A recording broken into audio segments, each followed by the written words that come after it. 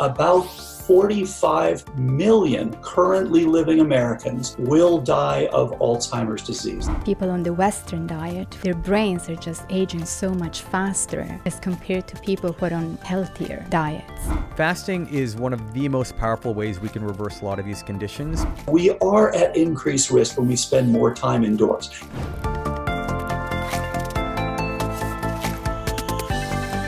And I want to start off with the first thing, which is insulin resistance. Tell us a little bit more about it and why it's so crucial when it comes to our health. So insulin resistance is a very complex topic, and this is one of the most critical concepts I think doctors and patients need to understand in a way that's really simple so they can apply their daily lifestyle to it. And I think the way I'd want to start off with it to really keep it simple is when we consume carbohydrates, our body breaks it down into glucose. And one of the most compelling images I use in talks and in my book is I tell people, think of that glucose molecule as being a car, and you've got 3 parking lots in your body. There's more than 3 parking lots, but the 3 major ones are your muscle lot, your liver lot, and your fat parking lot.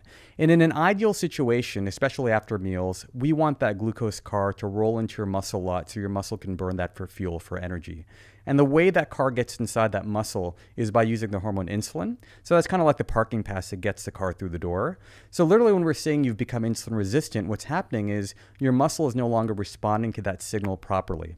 So now we've got this overflow glucose traffic. Some of it's maybe sneaking inside, but what do we do with that glucose traffic now that it can't get into our ideal destination? And that's where that overflow traffic can go in various directions. It can go towards our fat cells and it can be turned into fat. It can inflate our fat cells and that's where we get obesity. It can go to our liver, and the liver can basically store it as glycogen, or it can actually turn the excess amounts into fat, which is why we're seeing an epidemic of fatty liver. And then the liver can expel that as triglyceride particles and cholesterol. So you can see that just from that, what I call a glucose traffic problem, you can get all these downstream metabolic manifestations that can present at any age. So I'd say at a high level, that's how I look at insulin resistance. But when you dig deeper, you realize there's a lot of complexity, and we can unravel that as we go along with this interview. And just make the link from insulin sensitivity to insulin resistance to like full-blown diseases that we all know that are out there that have names that we would recognize. Good point. So when you are insulin sensitive in an ideal situation, if we sat down and had a breakfast with some carbohydrates in it, then our muscles would be acutely sensitive to that insulin parking pass. So a good amount of the glucose, and actually in an ideal situation, about 80% of our glucose after a meal would go into the muscle, and some of that would be stored in the glucose parking lot, and some of it would be burned for energy. As we slowly become insulin resistant, what's happening is we're losing that ability. So the muscle is becoming less responsive to that insulin parking pass. And as a result of that, the glucose will gradually start to elevate. And even before the glucose elevates, you can see other changes. So let's back up before glucose issues. Sometimes what happens is with that parking problem, you might already start seeing changes in your body habitus. So you might be gaining a little bit of extra inches around the stomach. You might see some subtle changes in your liver panel or your cholesterol panel, because some of those changes might precede the glucose abnormalities by 8 to 10 years. And this is a key point that I really try to train my patients and physician colleagues on, is do not wait for the glucose to go up to identify insulin resistance. Look down at your waistline, start looking at your lipid panel early on, and look at your triglycerides, your HDL. We'll dig more deeper into that, but look for those precursors. And if you want to back up even further behind that, is look at your family history. Like, are there individual family members that have insulin resistance? Did your mom have gestational diabetes when she was pregnant? These are sort of the early things that you can look at. Now, one of the things that happens early on in life is even when our muscles are becoming a little bit insulin resistant, our body responds in a specific way to keep the glucose down. And what it does is your pancreas actually produces extra amounts of insulin. So it's like your body's producing more of that insulin parking pass, and that can overcome that early insulin resistance. So it can keep your glucose levels in good shape. But over time, think of your beta cells in the pancreas, which produce the insulin, as being a battery pack. You don't want to wear that battery out early. So if that pancreas is happening to work over time that beta cell is going to start to burn out. And now it can't produce enough insulin to push that glucose into that muscle parking lot. So that's sort of the spectrum of starting off with insulin sensitivity, then early stage insulin resistance that can precede glucose abnormalities by 10, 15 plus years. And then if we don't intervene at that point, the pancreas starts to burn out the beta cells, and we start seeing glucose going into prediabetes, diabetes zones. So that's sort of the spectrum. And not just prediabetes and diabetes zones. You wrote this incredible article talking about Alzheimer's. right? So tell us about the link with insulin resistance and what we know so far when it comes to something like Alzheimer's and brain health. Yeah, it's so interesting. I mean, this connection is one of the most compelling things when I sit down with my patients in the clinic, and I practice in Silicon Valley. So I see a lot of people with very strong brain power, and a lot of them are desensitized about the heart, I feel like. But when they hear about the link between insulin resistance and Alzheimer's disease and neurodegenerative disease, that really gets their attention. And really what's happening is when you've got that glucose abnormality and you're changing the fuel systems in the body, you're actually causing a lot of things to happen. So the glucose elevations themselves can have a degenerative effect on the brain. But that hyperinsulinemia, when we're overproducing insulin, that excess amount of insulin, so we need insulin to survive, but it's like anything else in the body. When you have too much of a good thing, it becomes bad. So when you have excessive amounts of insulin, it can actually prevent your brain from actually clearing amyloid, which is one of the damaging substances that accumulates and causes, Alzheimer's. Many listeners of this podcast know about amyloid plaque from different people that are here. So the link that you're making is that this traffic jam of glucose makes it tougher to clear the amyloid plaque in the brain. Exactly. And how does that happen? Well, it's a good question. I mean, basically, with hyperinsulinemia, so there are enzymes basically on a daily basis that can actually help degrade and clear amyloid. But when insulin is actually elevated, it interrupts those enzymes from that clearing process. So that's one of the ways that actually ends up working. And then, like I said, the combined, the other issue is we should also, as much as I kind of disconnect insulin resistance from the process of inflammation, and I think you've spoken very eloquently about inflammation in other shows, but insulin resistance is intrinsically an inflammatory condition. So your body's inflammation levels are revved up. And as we know, neurodegenerative conditions like Alzheimer's can also be highly inflammatory. So if you've got a glucose abnormality, excess insulin, and inflammation is turned up, you're really setting up the matrix for Alzheimer's to basically take place. And that's why we're seeing like a 50% increase in type 2 diabetics of Alzheimer's disease. So it's something we got to take very seriously early on. We've had Dr. David Perlmutter on the podcast, and he echoed an important point that you have made in that article and in other places and podcasts. He said, if you want to think about reducing your risk of Alzheimer's, look at what your lifestyle looks like today. Yeah. And you put out a term that I actually really loved. And, so much of public health and getting people excited is using the right language. Sure. And you put out a term that obviously makes sense, but I had not clicked before, which is pre-Alzheimer's. Just like we think of like pre-diabetes. Yes. Which is you are on the verge of becoming a diabetic or having type 2 diabetes. You put out a term called pre-Alzheimer's, and you were putting in kind of quotes. Sure. It's not a medical term. Right. Yet, maybe one day. Maybe, who knows, yeah. So for those listeners that are interested today, if they wanted to look at their lifestyle now and their labs, and if they wanted to understand if they're in that range of pre-Alzheimer's, in quotes, what would they be looking for? So I would say from a very simplistic level, again, if we focus on that insulin-resistant process, you would look at the same factors that I look at when I'm evaluating risk factors for diabetes or heart disease. So basically insulin-resistant parameters would be looking at your lipids in a little bit of a different way than a lot of doctors would. It's a focus on the triglycerides. It's a focus on the HDL, which we call the healthy cholesterol. So typically if the triglycerides are high and your healthy cholesterol levels are low, that could be a sign of early insulin resistance. If your liver function tests are up, that could be a sign that a lot of traffic is basically going towards the liver. If your inflammation levels are up, so, as part of my sort of metabolic six-pack, I've added the HSC reactive protein as being a really important marker. Now, I do want to put a disclaimer in that a lot of people feel like when their CRP test comes back normal, they feel like they're out of the woods, but it's not a definitive marker for all types of systemic inflammation. So you can have a completely normal C-reactive protein, but still have low brewing sort of insidious inflammation happening.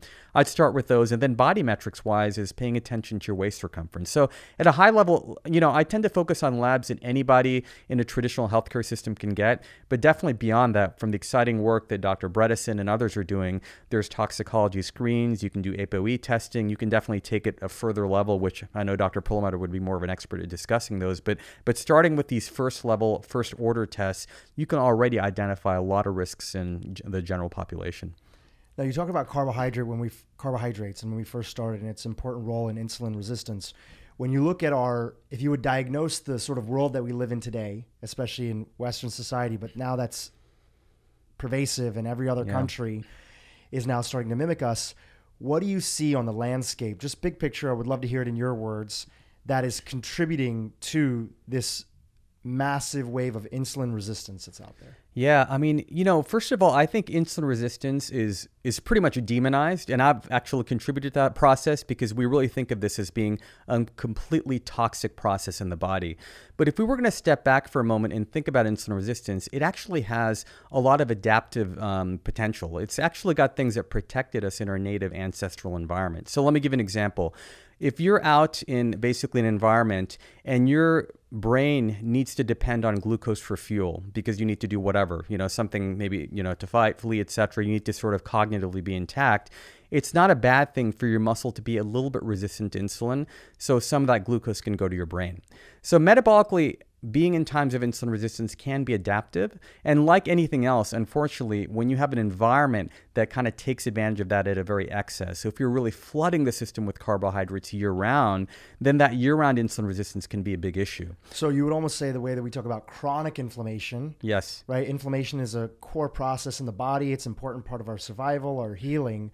You're really making the distinction of chronic insulin resistance. Exactly right. And that's a really important distinction because a lot of my patients that have made phenomenal changes in their diet and all their numbers are great, they've reversed their conditions, they still text me late at night or send me email messages about, why is my morning fasting blood sugar 105? It's off the charts. Or, they'll kind of pigeonhole one data point, or maybe they're wearing a continuous glucose monitor and they're getting nervous about these sudden elevations in their glucose. And I tell them, it's not abnormal for your body to go through intermittent transient periods of insulin resistance. I used to panic over these too because I was glucose phobic. I'm like, oh my God, why is my glucose above that level? But you've got to look at the overall snapshot of what your body's trying to do. Sure, if you see persistence in that, if glucose numbers are consistently high, that's a trend line we need to stop. But for example, this is a very common question I get is if my A1C, which is a marker of our average 3-month sugars, if that's normal, all my metabolic numbers are fine, and I have a fasting glucose of 105, all the studies that I've looked at, am I going to develop more diabetes and heart disease? And what I remind them is if you look at the studies of pre-diabetes or impaired fasting glucose with an elevated fasting sugar, typically that is in a population that's metabolically deranged. These are usually individuals that also have metabolic syndrome and other inflammatory conditions around that. Yes, in that context, having a morning blood sugar occasionally of 105 is going to be a problem. But in somebody who's insulin sensitive, physically active, doing all the things that you, Mark Hyman, myself, we all preach out there, I'm not worried if they have an occasional glucose spike. And maybe some people might argue against that, but I really do think insulin resistance does have some adaptive purposes in those sort of transient spike moments. So you mentioned another term that listeners of this podcast are familiar with, but I always like to cover the basics again, metabolic syndrome, which is a combination of a bunch of different things. Can you just explain what you mean by that? Sure. So metabolic syndrome, it's a very ugly term. It sounds very complicated, but it's a very neat way for you to kind of look at some of the key elements of insulin resistance. And all of the terms that you can look at on this item list can be basically gleaned off a regular lab report. So on your lipids, I know I mentioned triglycerides, but if you have elevated triglycerides, typically a level above 150. Yep. If you have an HDL level for females, basically that's less than 50, or for males less than 40, that's to protective healthy cholesterol. You're looking at elevated waist circumference, so it's not focused on body mass index. You're really looking at elevated waist circumferences, or some people expand that to a waist to hip ratio. Your blood pressure cutoff is there as well too, and then your glucose. And I kind of modified that a little bit in my practice. I kind of call it the metabolic six-pack. I kind of adjusted the cutoff, so instead of a triglyceride level of 150, I ideally like it below 100. I find that when people are below 100, they maximize insulin sensitivity. Their HDLs go up, inflammatory markers go down, they just do much better. So I'm very rigorous with that cutoff. And I would tell you that a lot of major healthcare institutions, they use a cutoff of 200, 150, and there's a few that use a cutoff of 400 to 500 for triglycerides, which to me is appalling. So I would tell everyone to sort of make sure you adjust that number when you look at your lab report to 100 or 1. And let's even take a step back even further, because I think there's a lot of individuals who are now starting to understand that cholesterol, in the way that it's commonly used, and most physicians out there, I would say, are trained to focus on just the cholesterol number. They're starting to become aware that it's a lot more of a dynamic story. We need to look at all parts. So we're going to come back to cholesterol. Sure. But an important part of your narrative and the work that you do with the South Asian community and other individuals, and for listeners of this podcast, is just really understanding the role that triglycerides play in the body. So let's even start off the beginning. When we look at triglycerides on our blood tests or our labs, many people can see elevated triglycerides and they'll go into their doctor's office and they'll say they're a little high and that's it. And they put more of an emphasis on just the cholesterol component. So what are triglycerides and how do they actually get formed? What can they tell us when they're elevated inside the body? Yeah, so cholesterol physiology is very complex, but triglycerides basically, remember when we talked about that parking lot diagram, right? We were talking about how that extra glucose can get basically shifted to the liver, and the liver can basically, when it becomes overwhelmed, it can produce these triglyceride particles. So when you think of storage forms of fat in the liver and the fat cells, the storage form is essentially triglyceride particles. When the liver ejects to triglycerides, triglycerides can't be floating in the blood freely. What the liver does is it packages up those triglycerides, the stored fat, into molecules called lipoproteins, which are like tiny boats that carry cholesterol and triglyceride cargo. So when the liver ejects what we call VLDL, which is a type of boat, it's a lipoprotein boat, it's loaded up with those triglyceride particles. So essentially, when you have high triglycerides, what it's telling you is that your body, if we specifically go by system, is number one, your fat cells are probably overwhelmed. They're overstored, and now they're expelling triglycerides. Your liver is actually overwhelmed because your liver, initially what it does is it stores glucose as glycogen. But I tell people when your liver glycogen parking lots start to run low, it doesn't have the capacity to store it as glycogen anymore. So it takes the extra glucose and it converts it to triglycerides. So really at a high level, when you see elevated triglycerides, it's telling me that your metabolism is in this high storage overloaded state. And because it can't handle it anymore, now it's expelling these particles in the bloodstream. And that's a marker of really an overstuffed, overcapacity system, And make the link of, we've for a long time, and Mark has talked about this in some of his books, and Malcolm Gladwell talked about this in his podcast series, but a long time the blame was on fat. Fat was making us fat. And in some cases that could be there. But then really understanding the role that sugar and carbohydrates would play. So you mentioned glucose, but again, I just want to link it a little bit further. What are the types of diets that you see out there, the types of foods that people would be eating in excess that traditionally would be causing higher levels of triglycerides? Yeah, so that was a big sort of paradigm shift for me when I started this work 15 years ago, is because when I'd see people with high triglycerides, intuitively, like we talked about, this is a sign of increased blood fat. It made perfect sense to put them on a heart-healthy, low-fat style diet. And I still was not seeing results in a lot of these patients. And if anything, sometimes their triglyceride levels were going up. And the sad paradox for me was basically I was recommending that. I was doing the same thing in myself. And I watched my own numbers actually inflate as well, too. So already I understood that, this low-fat, low cholesterol type approach isn't really helping the situation. And that's when I really dug deeper into the science, not just from my textbooks, but looking at studies in the UK and Canada in particular, where there's a tremendous amount of metabolic syndrome and insulin resistance. And they've done really deep studies to sort of look at this phenomenon in certain cultures and populations. But basically repeating that experiment over and over and really focusing more on the carbohydrate intake and then lowering that and watching the triglycerides drop was just a powerful connection. And that connection happens in such a short time. I mean, we see individuals that have had decades of high triglycerides. They've had every medication thrown at them. And just over a 3 to 4 week period, if we just change that one macronutrient, you can see triglycerides drop by 50 plus points. So it's a powerful thing. And that's actually one of the ways as a practitioner I recommend people motivate their patients, because we were talking earlier before the interview about sometimes if you set small goals and patients can achieve those, they're ready for the next step. So one of the first things I do is when I see high triglycerides, to me it's like the most gratifying, easy number to change. I'll make a few changes in the diet, lowering that carbohydrate content, and then I tell them, come back in 1 month and let's just check a triglyceride. No other lab. It's the cheapest workup to do, and usually we'll see that number drop, and they're like, holy crap, I can't believe it. What do we do next to get it down lower? Hey, by the way, I'm also feeling a little bit more energetic. I lost maybe an inch or so, but that's a really, really powerful way to get people motivated, is to show that direct connection between carbohydrates and that triglyceride result. So let's go back to your origin story. You hinted at it a little bit.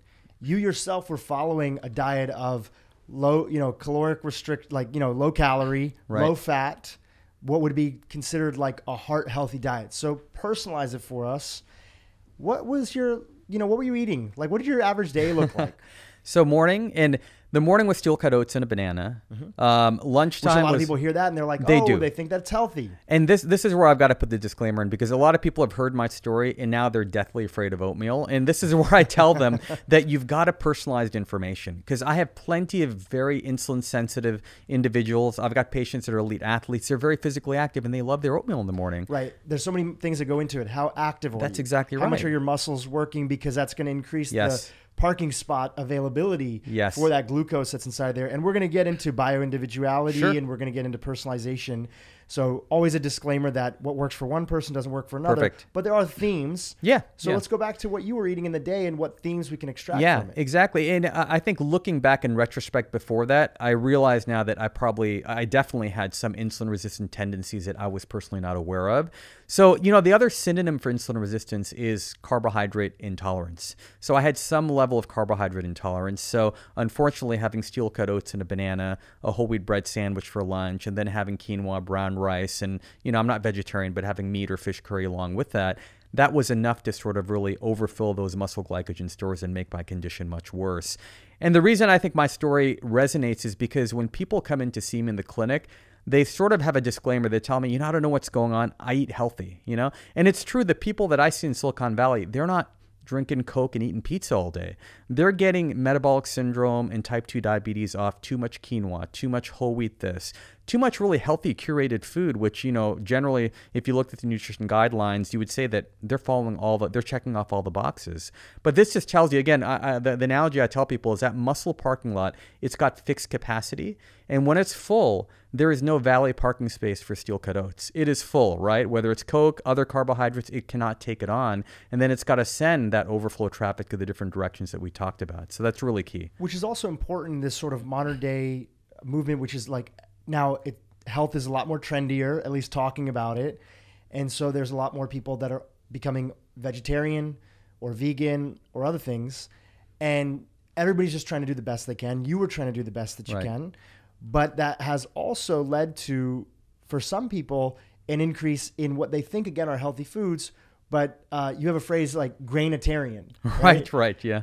Can you explain what that is? Yes, because although, as you know, in our population, we have a high percent of Indian vegetarians, right? Yes. But as I started doing dietary intakes, I realized that there was a minimal amount of vegetables on their plate. I mean, even though they were calling themselves vegetarians, a traditional Indian plate is you'll have a lot of rice, flatbreads, lentils, and I kind of joke in my corporate talks, I have a picture of a thalia platter, and usually you have like 2 cucumbers and a tomato, and I say that's purely for decorative purposes. People don't actually eat those. Right. But vegetables are really not a central fulcrum of at least a lot of South Asian diets. So I really make that point because I want all individuals, whether they're vegetarians, carnivores might be a different situation, but whatever your dietary type is, how do we really make the diet more plant-centric and really make vegetarians true vegetable-arians? We really want them to take more of those diverse plants in. And one last thing too is, as you know, when they do actually eat those vegetables, they're typically very overcooked, what we call sabji or Indian curries. So we like to cook the nutrients out of them, so you can't even recognize what kind of vegetables are on your plate. So literally, there's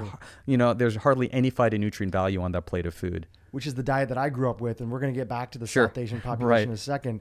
The other component is that so many of the products that we buy at Whole Foods and other places, which again, they're trying to do the best they can, have some version of processing that creates extra amounts of carbohydrates or added sugar to it. People aren't, sometimes when people, how many patients have you had that are so surprised that they're pre-diabetic when they come in and see you?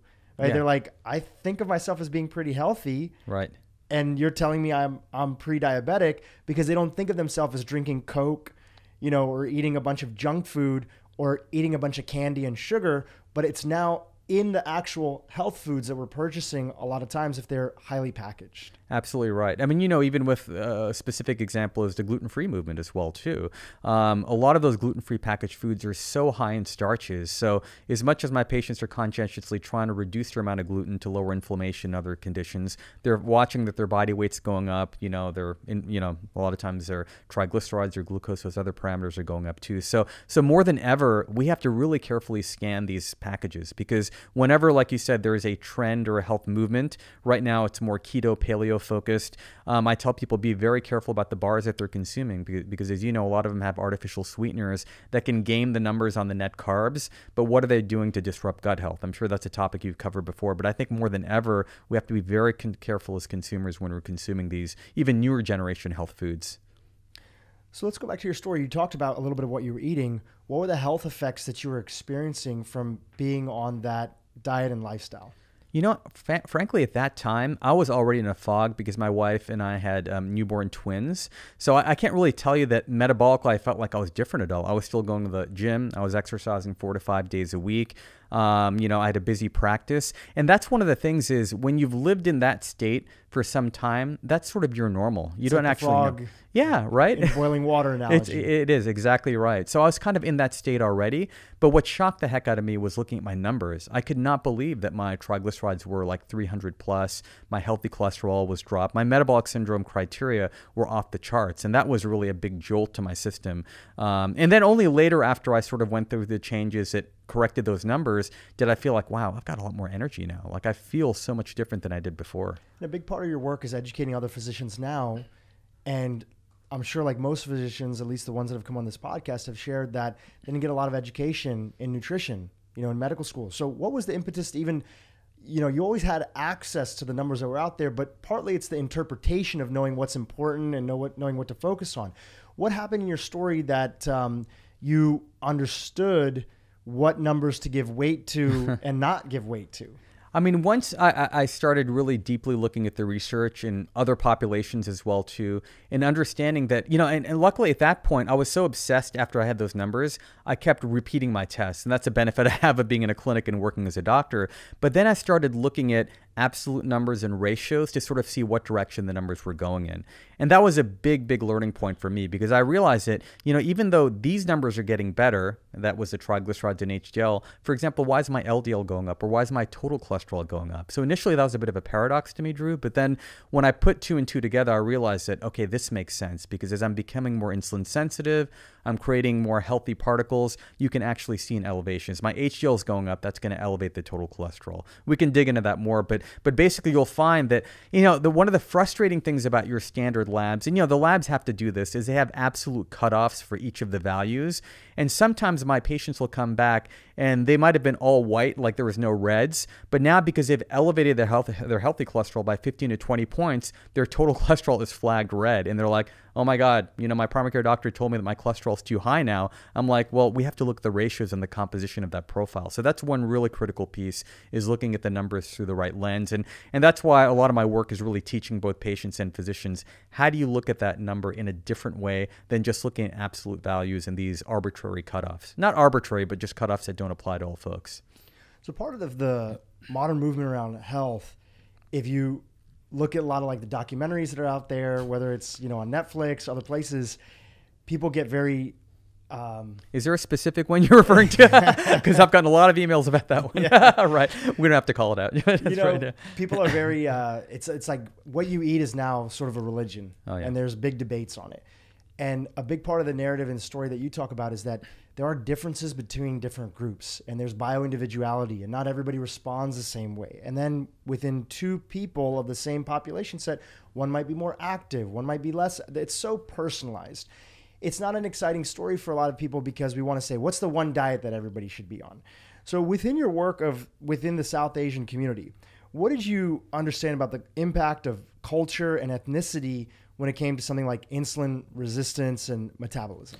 So this insulin resistance thing is affecting the entire globe, right? This is just a major issue in all cultures. But what I started realizing is in specific ethnicities, this insulin resistance problem is much worse. And what I mean by that is for many individuals of Indian and Asian background or Filipino background, it takes very little excess weight for them to develop severe insulin resistance. So you can look at somebody who's of Northern European background, sit them down next to somebody who's from South India, and the European on the left might have extra body weight, extra body fat, much more than the one on the right. but he may not develop those metabolic issues. There's a bigger layer of safety, metabolic mechanisms in place that insulates that individual from developing insulin resistance. We unfortunately don't have as much insulation in the sense that it can take very little excess fat, particularly the bad type of fat that we call visceral fat, before our metabolic numbers go up. So that's a big problem, because if you take people of, let's say, Asian and Indian ancestry and you expose them to a Western eating environment, and this is one trend that I see is because I'm in Silicon Valley,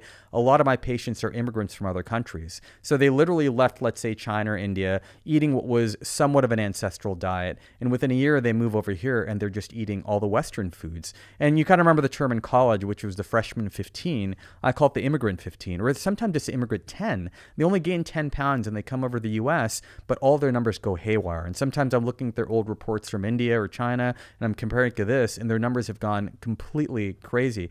And, one thing I remind people is, the Western diet in America has been bad for a long time, but I feel like people that have lived in that environment, they've had a gradual adaptation period, but still we've seen escalating obesity and things. But when you take somebody abruptly out of, let's say, an ancestral Asian or Indian environment, and you immediately expose them to these types of foods, we see the numbers go up. They skyrocket. It's almost like a shock to the body. It's like a shock to the body. When I've had relatives visit me, like for weddings and other events, it's amazing because they're here for like a couple of weeks, and sometimes they'll gain like 20 pounds. And they're like, where the heck did that come from? And it's not like they're eating tons of food, but the processed chemicals, it's like activating their immune system. It's like they're exposed to all these things that they're not used to in their native land, and it's causing all these sorts of diseases. So it's pretty scary what's happening. Would you say that's also similar to what we've seen with like Native American populations that were living very traditionally and kind of exposed to Western diets and lifestyles, often through government programs of providing them subsidized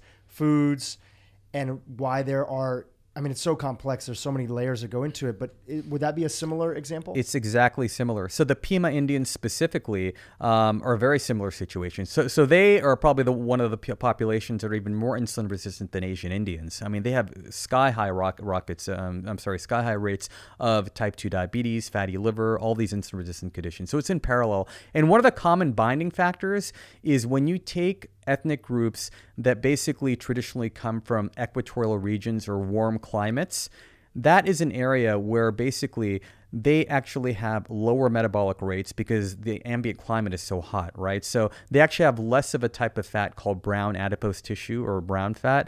And that fat actually increases our body temperature, and it can actually burn more fat. It can burn more calories.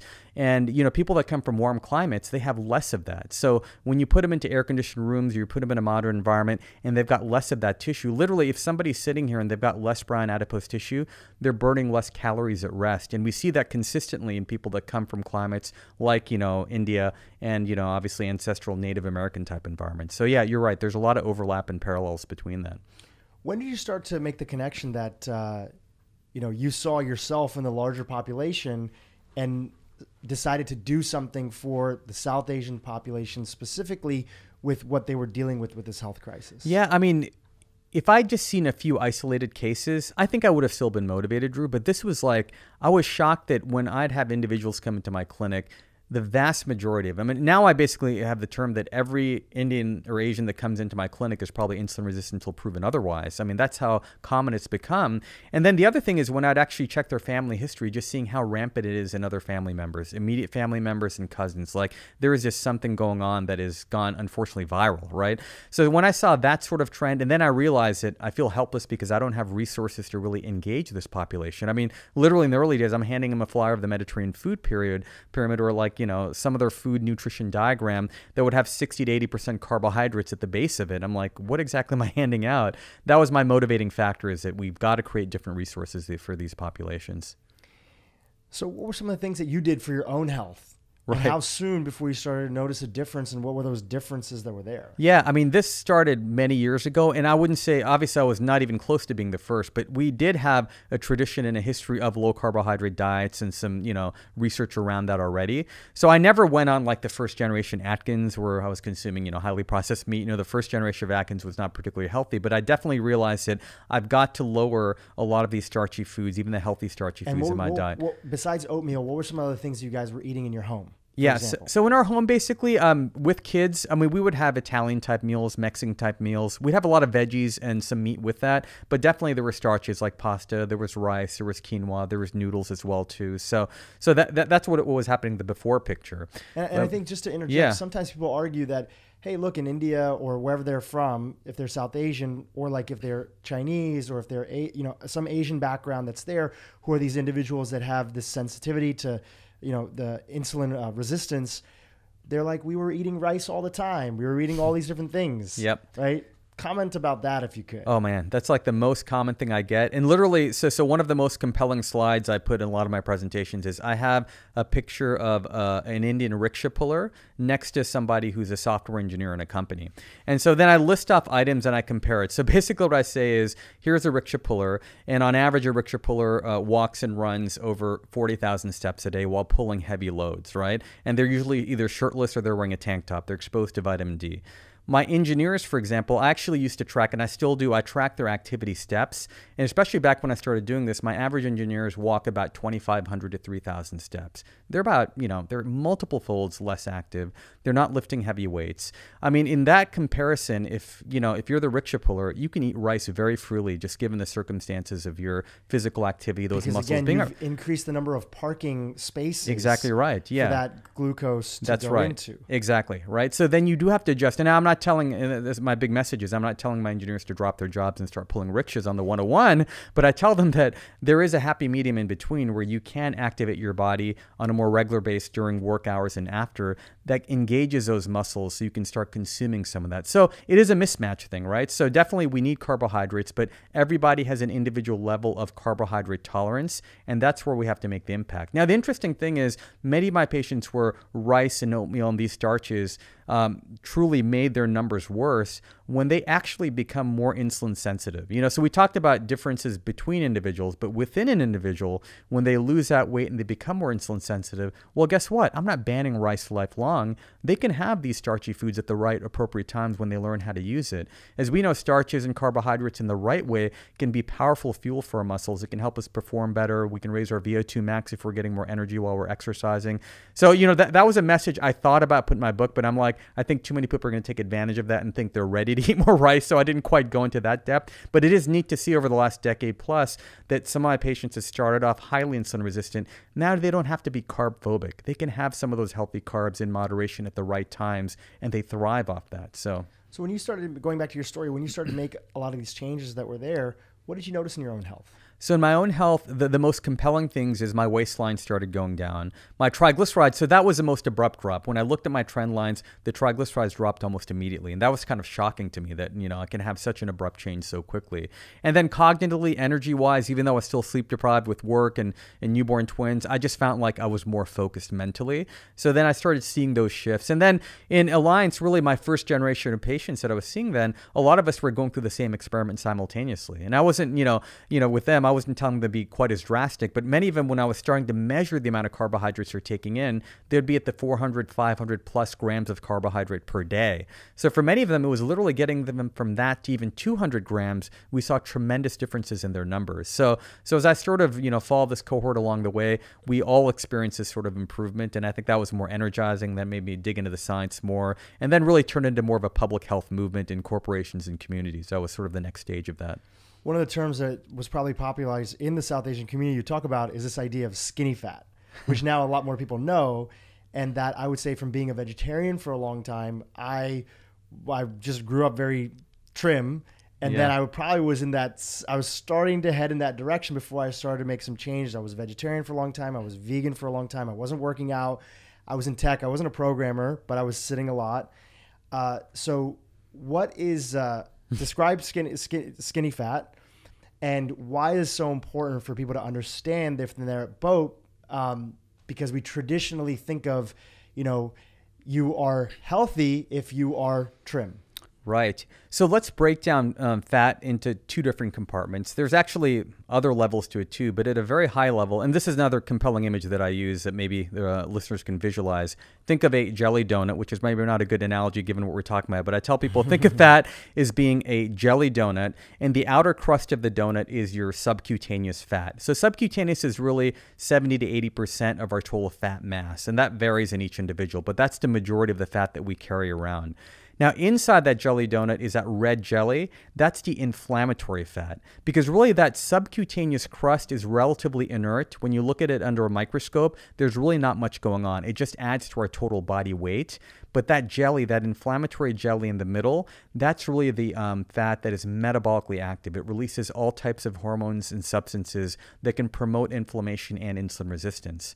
Now, in each individual, there are relative differences in the proportion of that crust to jelly. So interestingly, if you look at a Caucasian population, there's probably a little bit more of a balance between their crust to jelly ratio. If you look at African Americans, they tend to have a little bit less of the jelly and more of the relative subcutaneous fat. In Asians, including East Asians and Indians, we have a very high proportion of jelly and a thin rim of that subcutaneous crust. So what does that look like in a human being? That basically means that we're carrying less of that, weight contributing fat, but we have more of that hidden visceral fat that lines our organs, that's deep inside, the dangerous fat that's more inflammatory. So again, when you think about that glucose car that we thought about, when you have fat or glucose going towards the fat cells in each individual, there's going to be some partitioning that takes place within that fat cells. There's going to be a certain percentage that's going to go towards the crust, the subcutaneous fat, and a certain percentage that's going to contribute to the visceral fat. And in populations like Asians and Indians, there's a higher percent that's going towards visceral inflammation. That's a big problem. Because the thing about the visceral fat is it's not only more inflammatory, guess what? It sits proximity-wise, it sits right next to the liver and the digestive organs. We talked about how the liver is a major issue. And what happens is the visceral fat cells, they're not as structured to the subcutaneous fat, so they freely communicate with the blood cells and they dump these fatty acids directly into the liver. And that's why you can get a lot of these skinny Asians that have sky-high triglycerides. So I take care of a lot of couples. Or fatty liver, exactly. So one example I'll give you is I see a lot of couples in my practice and families, and often you'll see the husband and wife come in. And this is, sorry to stereotype, this is a common scenario, but not all the time. But often the husband's very skinny based on body mass index, and the spouse, the wife, might be 20 to 30 pounds overweight. But when I look at their metabolic numbers, obviously the wife's complaining, how come he's skinny and all this is happening? He can eat whatever. He can eat whatever he wants, right? You've heard this before, right? Totally. Exactly. But then you look at the lab reports side by side, and he has got sky-high triglycerides, low HDL, all the factors that we talked about. So metabolically, he's much more diseased than his wife, who's actually 20 to 30 pounds heavier. I look at her numbers, and her numbers are pretty pristine, especially before menopause. So we see a clean metabolic profile with the extra subcutaneous fat. And we'd like to get some of the subcutaneous fat down. Right. But this is kind of highlights. More overweight. That's right. Like say stereotypically. Exactly right. But she's not at maybe as high of a risk of heart disease that this gentleman, I mean, there may still be some challenges there. Absolutely. But he might be a lot more further along to have, a heart event. Yeah, and the evolutionary reason for that is because, again, women were evolutionarily designed for childbirth, lactation, etc. Subcutaneous fat, the other thing you're well aware of is subcutaneous fat is a storehouse for toxins. Yep. So that's why in a woman's body, to really promote healthy pregnancy, you want to have more of the subcutaneous fat. If you're exposed in the heart of China or India to a lot of pollution and toxins, which are everywhere, your body's going to actually produce a lot more subcutaneous fat to store and insulate the blood system. Because remember I said the visceral fat, it sits right next to the major highway, which is your circulatory system.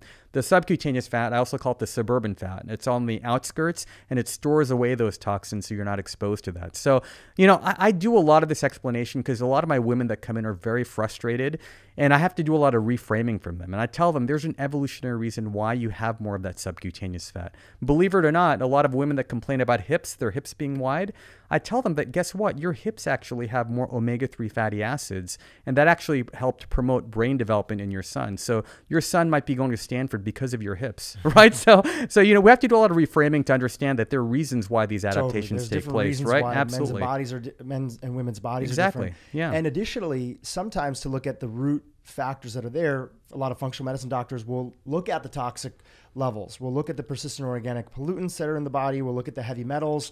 And if somebody, for instance, had, 5 or 6 mercury amalgam fillings, I know at our clinic, the doctors there will say, well, maybe the body is holding weight on because it's a survival mechanism. It's trying to protect the rest of the body because these pollutants are lipophilic. They're being stored in the fat cells as a way to keep them away from other aspects, which is, I mean, some people theorize that might be one of the reasons that breast cancer is so common for a lot of women is because all the toxicity that's being stored there, in addition to other factors that are around. Absolutely. Totally agree with that. Yeah. So for somebody who's listening, who's not from the South Asian or Asian background, what are the takeaways from them about how that population is responding so severely to like our Western diet and lifestyle? I mean, the message is, even I know we focused on that population now in all ethnic groups. So despite me having a practice that's called the South Asian Consult Practice, I see people from all ethnic backgrounds. And now we're seeing a lot of Caucasians, Europeans, and people from these so-called low-risk communities where there was no history of diabetes. And all of a sudden, their son or at a young age, they're presenting with similar types of issues.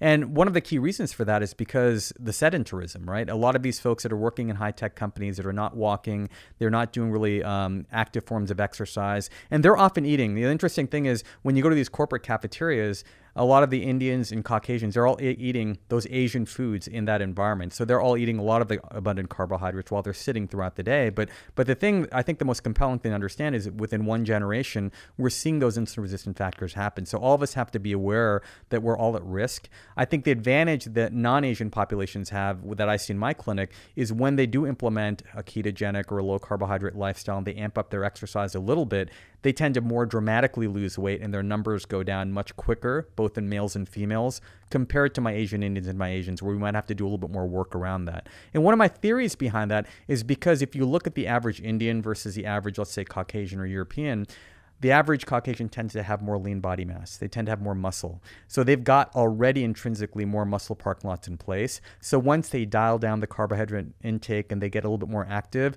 their body's programmed to really burn that fuel. But for a lot of my Asian Indians, they've never exercised. Their ancestors never exercised. I'm having to reteach them, like, what is a squat, for God's sake? Like, how do you do these things? So it's starting from scratch. And this is why it's important in our kids to start that process early on, because otherwise it's a really uphill battle for a lot of individuals to make those changes and get those muscle parking lots insulin sensitive again.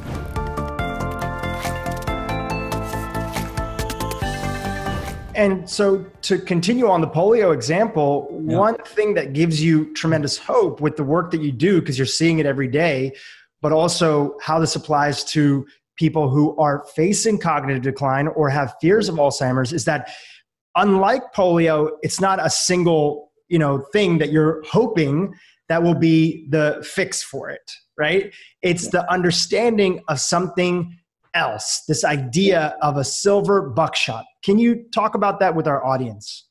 That is such a good point, because we have to change the way we think about medicine and health. And I know that that's a big part of your podcast. The whole point here is we've been taught that the way medicine works is that you wait for symptoms to occur, and then you find a single agent that is causing the problem, and then you use a drug to fix that. That's 20th century medicine. It worked well for things like tuberculosis, pneumococcal pneumonia. It has not worked for 21st century illnesses, whether you talk about hypertension, which really, when you give an antihypertensive, you're actually skirting the problem. Whether you talk about Alzheimer's disease, whether you talk about cancers, things like that. These are complex chronic illnesses. They are fundamentally different than simple illnesses of the 20th century. And therefore, we need to look at these very differently. And as you said, with polio, it turned out to be one simple virus and a rather simple virus at that, a picoRNA virus, the polio virus. And so, yes, with a simple vaccine, you can prevent this. With Alzheimer's, there are dozens and dozens of contributors that all produce this problem. So, it would be a little bit like if you looked at someone who had leprosy and you biopsied them and said, oh yeah, there's a there's an inflammatory response here. If we just get rid of that inflammatory response, everything will be okay. But that's not how the disease works. You need to get to the root cause. And in this case, there are root contributors as opposed to a simple root cause. So you need to know if someone's insulin resistant. You need to know if they are glycotoxic. You need to know if they have ongoing inflammatory processes. Specific pathogens, as you know, have come up again and again and again. Herpes simplex type 1, HHV6A, Epstein-Barr virus, P. gingivalis from the oral dentition, T. denticola. All these things are coming, these chronic pathogens, where instead of having an acute infection, you typically have a more chronic infection. And this thing, the response to this is what we call Alzheimer's. So the innate immune system activation. In the Alzheimer's process, you have a chronic activation of the innate immune system, but you have an ineffective response of the adaptive system. So you don't do a good job with handing off the pathogen and the response to the more adaptive, the cellular and the humoral response. And you're stuck with this chronic inflammatory process. And by the way, the amyloid that we associate with Alzheimer's, in the brains of the patients with Alzheimer's, is part of the innate immune system. It actually has an antimicrobial effect, as Robert Moyer and Rudy Tanzi from Harvard showed a number of years ago. So I just want to pause there because I think that's such an important point that you're making, because so much of, most people who are listening to this podcast who are familiar at all with some of the conversation around Alzheimer's, they've heard of the term amyloid plaque, and they've often taught that it's a boogeyman, that it's the cause of it. And most of the drugs and the billions of dollars of research have been focused early on in the world of Alzheimer's around how do we prevent that amyloid plaque from happening. But what you're sharing here is that this isn't the boogeyman, it's actually part of the body's natural survival mechanism. If it didn't happen, we might actually face decline much earlier or potentially even death. Absolutely. It's like saying, look, you have a wound, something has cut you, and if you could just wipe away, get rid of the blood and get rid of the scab, everything's going to be fine. Well, no, you keep on knocking off the scab, you're going to keep on having bleeding problems. And that's exactly what's going on in Alzheimer's. You try to get rid of this amyloid. Well, the amyloid is there for a reason. So it turns out that, unfortunately, we were all wrong. Amyloid doesn't cause this disease. It is a mediator. It is a response to these various insults. So we have to adjust the way that we think, just as you were saying about polio. This is a different story. There are all these different contributors, so we need to start by identifying them. This old idea that, you have dementia, there's not much, you're going to look at your serum sodium and potassium and B12 and a few other things. You're missing 95% of what's actually going on. So you need to look at all the things that actually contribute to this problem. You need to root them out, basically, and then you need to address each of these. And when you do that, you literally change this balance so that you now are changing the signaling from pulling back, synaptoclastic signaling, to now going forward, which is synaptoblastic signaling. This is no different than what we talk about with osteoporosis, where you want to change from osteoclastic to osteoblastic, and same idea here. Alzheimer's is essentially synaptoporosis. So we now want to change that signaling. And when you do that, when you remove these various insults that are actually causing this imbalance, no surprise, people start to improve. And they are now once again able, as you said earlier, neuroplasticity. So this is about improving, unlocking the synaptoblastic side of the neuroplasticity. And to do that, you've got to get at what's causing. We've had some amazing examples recently, people who did some of the right things, but were still declining, and then it turned out that they had something that was unrecognized. In one case, major organic toxin that hadn't been picked up before. Once that was addressed, the person started to improve again. In other cases, it'll be specific pathogens that haven't been recognized before. Again, once they're addressed, people start to improve. And by the way, Dhru, one of the things that's come out really commonly that we did not understand previously, how important it actually is nocturnal oxygen desaturation. And there was a wonderful study that showed that if you simply look at the mean SpO2, so the mean oxygen saturation while you are sleeping, that is directly proportional to the volume of specific nuclei in your brain. So as you begin to fall with your oxygenation, and we see this all the time, where people didn't realize they're falling below the 96 to 98% that you'd like to see. Of course, we hear a lot about this with COVID-19, about oxygen saturation, but many of us are dropping while we sleep. Without having COVID-19, we're simply dropping because of sleep apnea or other reasons. UARS is another big one, but for whatever reason, we drop that saturation. We see people dropping not only to the low 90s, but into the 80s, and we've even seen people into the low 70s. Wow. This is starving your brain during that time. So in fact, you need to increase that. And one of the things that people find is they do better when they actually address this reduction in oxygen saturation while they sleep. And usually they don't look for it. So critical to do that as part of the treatment for cognitive decline or risk for decline. Incredible. And I want to go into some of those because you lay a lot of them out in the protocol inside the book in great detail for people to follow. But I want to take a step back. And, we have people of all ages listening to this podcast.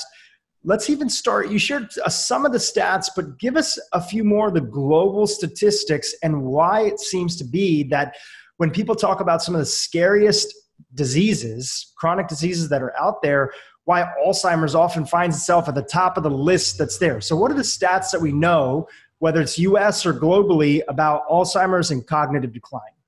It's a really great point. So loss of cognition has replaced cancer as the number one worry of people as we age. And of course, we have an aging society. The silver tsunami is upon us. Those of us who are baby boomers, including myself, are all reaching older age now. And this is a huge issue and is, of course, going to bankrupt Medicare within the next about 15 years if we don't do something about it. So this is a huge issue.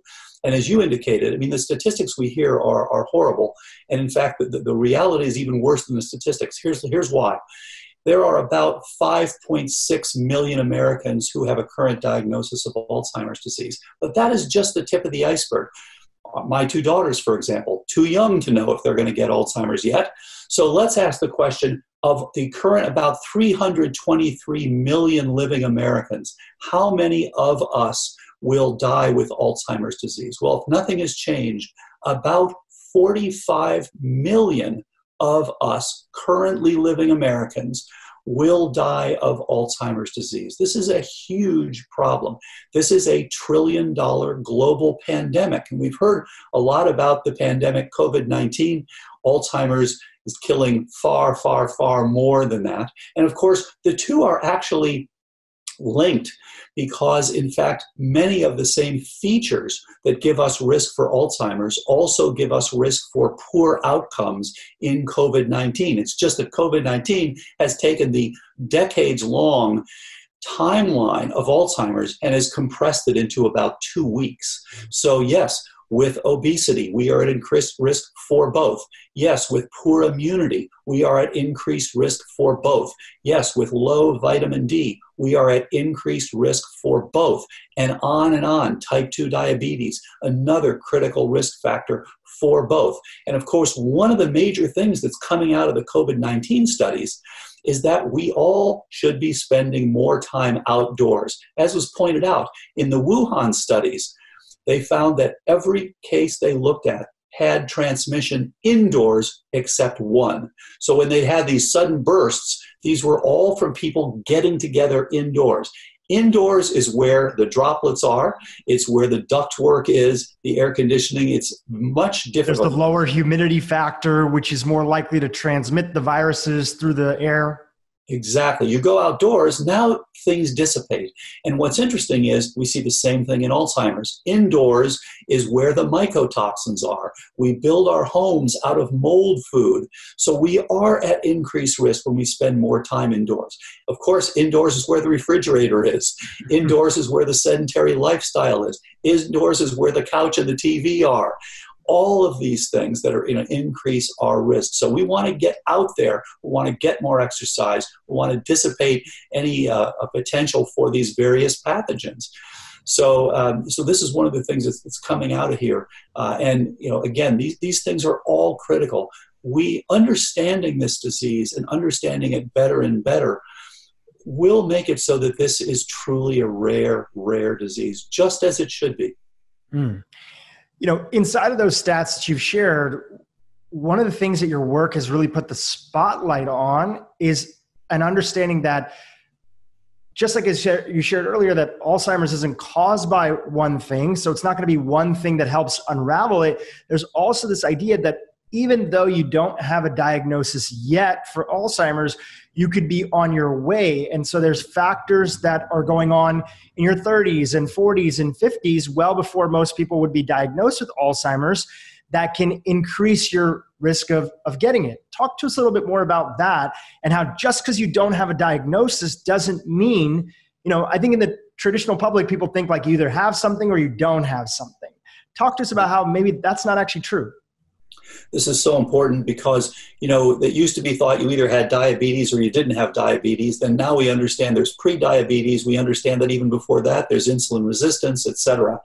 And the same thing is coming out here. And one of the points, one of the reasons that I wrote the second book was because people would say, well, look, I'm not going to worry about this. Alzheimer's is a disease of your 60s, 70s, 80s, 90s. I'm 35, I'm 40 or 45. Well, it turns out, in fact, that two things have happened since then. Number one, it turns out it takes about 20 years from the beginning of the pathophysiology to reach a diagnosis of Alzheimer's disease. So what we thought of in the past as a disease of the 60s, 70s, and 80s is really a disease of the 40s, 50s, and 60s. It's just that this plays out, you get the manifestations later on. But the second thing is, just as we have seen childhood obesity, childhood type 2 diabetes like never before, we're seeing the same thing. There are people in their teens and 20s who are damaging their own ability to think, to do their best on various testing in their school, etc., because of the fact that they have ongoing inflammation. They have ongoing things that haven't been addressed. Poor methylation, for example, that hasn't been addressed. Unknown pathogens, chronic inflammation, various toxic exposure. And again, we see these, we make diagnoses, including things like Parkinson's from various toxins later in life. But when you're young, in fact, this can affect you. And therefore, we argue people should be looking into this early. If you've got a family history especially, you'll be surprised to see that, in fact, your cognition will be improved and can be improved at any age. We recommend that everybody who's 45 years of age or older, just as you know, when you turn 50, you get a colonoscopy. When you turn 45, or if you're older than 45, please get a cognoscopy. It's simple, and we go into the book how to do that. But even people who are in their teens, 20s, and 30s will find that they do better with more energy, addressing the same sorts of things that are actually down the road going to increase their risk for Alzheimer's disease. Let's talk a little bit origin story, because I think the question that a lot of listeners have right now is that in the midst of all these stats, these overwhelming stats about Medicare going bankrupt, about the rate of cognitive decline increasing in society, the epidemic of Alzheimer's that is there. You've been in the field of anti-aging for a while. At what point in your story did you start to see the first glimpses that gave you hope that something else was possible? Yeah, that's such a good point. So we were actually working again with the old model. You're looking at, could we understand the fundamental nature of the neurodegenerative process? And we worked on this for 30 years in the laboratory, looking at following cells that committed suicide, cell death, just as it happens in the brains of patients with Alzheimer's and other degenerative conditions. And this conditions. was at UCLA? This was at multiple places. This was at UCLA, this was at the Burnham Institute in San Diego, and then this was at the Buck Institute in Northern California. And so we looked specifically at the drivers of this. And what we found was very interesting. So there are many different things that impact on, an example, APP. So this is the thing that is at the heart of Alzheimer's disease. APP is a protein called amyloid precursor protein. So it's actually the parent molecule of the amyloid that we associate with Alzheimer's disease. And what we found was that this thing actually is a molecular switch. So it actually responds to these many different processes. And what happens, it's kind of amazing because it's a little bit like having, the president of your country. And in the book I wrote about it as, you're the president of my Bredesen. So when you've got things that are actually going well, you have enough trophic support. You don't have invaders. Whether it's invaders to your country or invaders to your brain, you don't have major problems with inflation, etc. And I liken inflation to insulin sensitivity versus resistance. Then, no surprise, you decide to grow and maintain. And that's what your brain is doing when things are good. And therefore, your APP is actually cut. And this thing is sitting in the membranes of your neurons. It is to a lesser extent in other cells as well, and it is particularly rich at synapses. So this thing is sitting there and it's gauging these various inputs. So it responds, interestingly, to things like your estradiol level, your testosterone level, your vitamin D level, your status of inflammation, and on and on. When things are good, this molecule will be cut at a single site, which is just outside the membrane. And one peptide that results now signals others to say, things are good, I'm going to support making and keeping synapses. In other words, we can afford to make and keep new synapses. We can afford neuroplasticity. The other piece of it is inside, is signaling to that cell to say, yes, we're going to support growth and maintenance. So again, very much like the head of a country saying, this is what we're going to do as a country. On the other hand, when you now change that formula, you reduce your estradiol or your testosterone, your vitamin D, you have inflammation, you have now invasion. No surprise, you have a completely different response. Now you actually have that same molecule that is cleaved at 3 sites, beta, gamma, and caspase sites. It therefore produces 4 peptides, 2 that are external, 2 that are internal. And now the message is completely different. The message is we are being invaded, or we don't have enough support to make new synapses. Therefore, the only way we're going to survive is to pull back. So it's literally saying you have got to have a brain in retreat. We know that, okay, we're going to send out this amyloid, which is now going to kill the invading microbes. It actually binds some of the invading toxins, like, for example, iron, high iron levels. The A-beta actually binds to this, as Professor Ashley Bush showed many years ago. So these things are responding to insults and therefore actually protective. But in protecting, they are saying we're going to live with a smaller brain. We're going to live with fewer synapses. Now, Dhru, you can imagine what's going to happen. You just keep the insult going. Keep people exposed to the same thing. The doctor doesn't check the right things. You get continued exposure. What do you think happens? You just keep going down, down. You keep on pulling back, pulling up. Now, if you can identify what's doing that, you can get rid of that, and you can now stop the process and begin the rebuilding.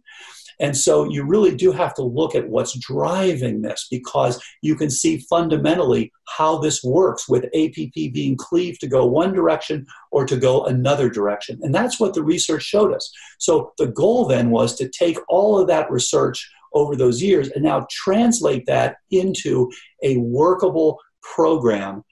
If you do it in a generic sense and just say, well, everybody do this, this, and this, yes, it works sometimes, but many times you don't identify what's actually driving the problem. So you really do have to be a Sherlock Holmes. You really have to get in there, just as, of course, as Dr. Hyman and his colleagues do with looking at integrative medicine. You want to look at the things that are driving the process. This is a root cause analysis. The good news is the research shows us many of these root causes. We know the things that are driving this decline, and therefore for each person we can tease these out and then have a program. So this is a personalized program that is going to be targeted. This is precision medicine targeted toward the things that are actually driving the decline. Or of course, the hope is targeting to the things that are giving you risk, that there isn't decline there already. So that's what the research showed us over the years. By the way, it also showed us that when you start to ferret this out, you find that there are different subtypes of Alzheimer's, and that was very helpful in terms of addressing the underlying drivers.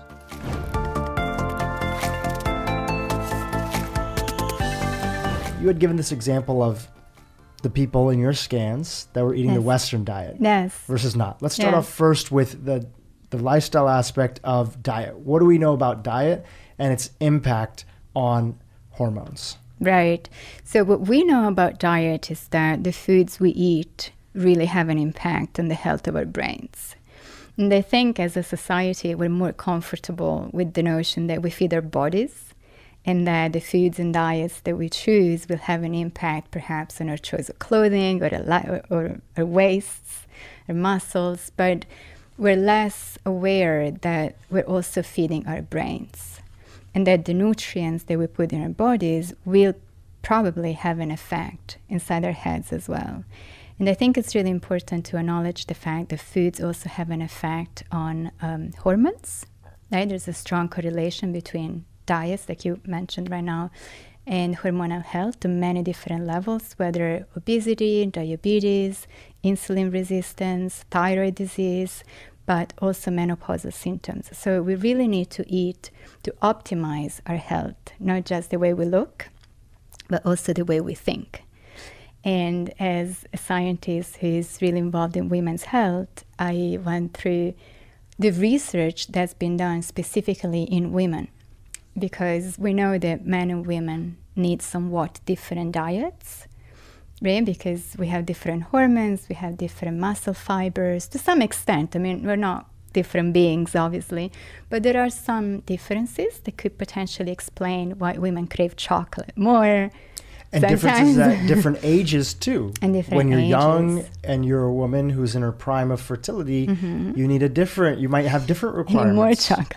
But yeah, like, no, but instance, it's true. More iron, more protein. Sure. Yes. I've even heard like a lot of women who are young in like let's say 25, like in the 25 to like 40-year-old age, and are still, they want to have kids, they haven't had kids yet, and they try like an extreme keto where they cut out all carbohydrates. Typically, we've gotten a lot of women that say, okay, it doesn't work the same way for me as it might work for a man, especially as a man, like at our clinic, at the Ultra Wellness Center. So there's so many areas where, even though we are similar, we're all human beings, that we do have to personalize things appropriately for women and men.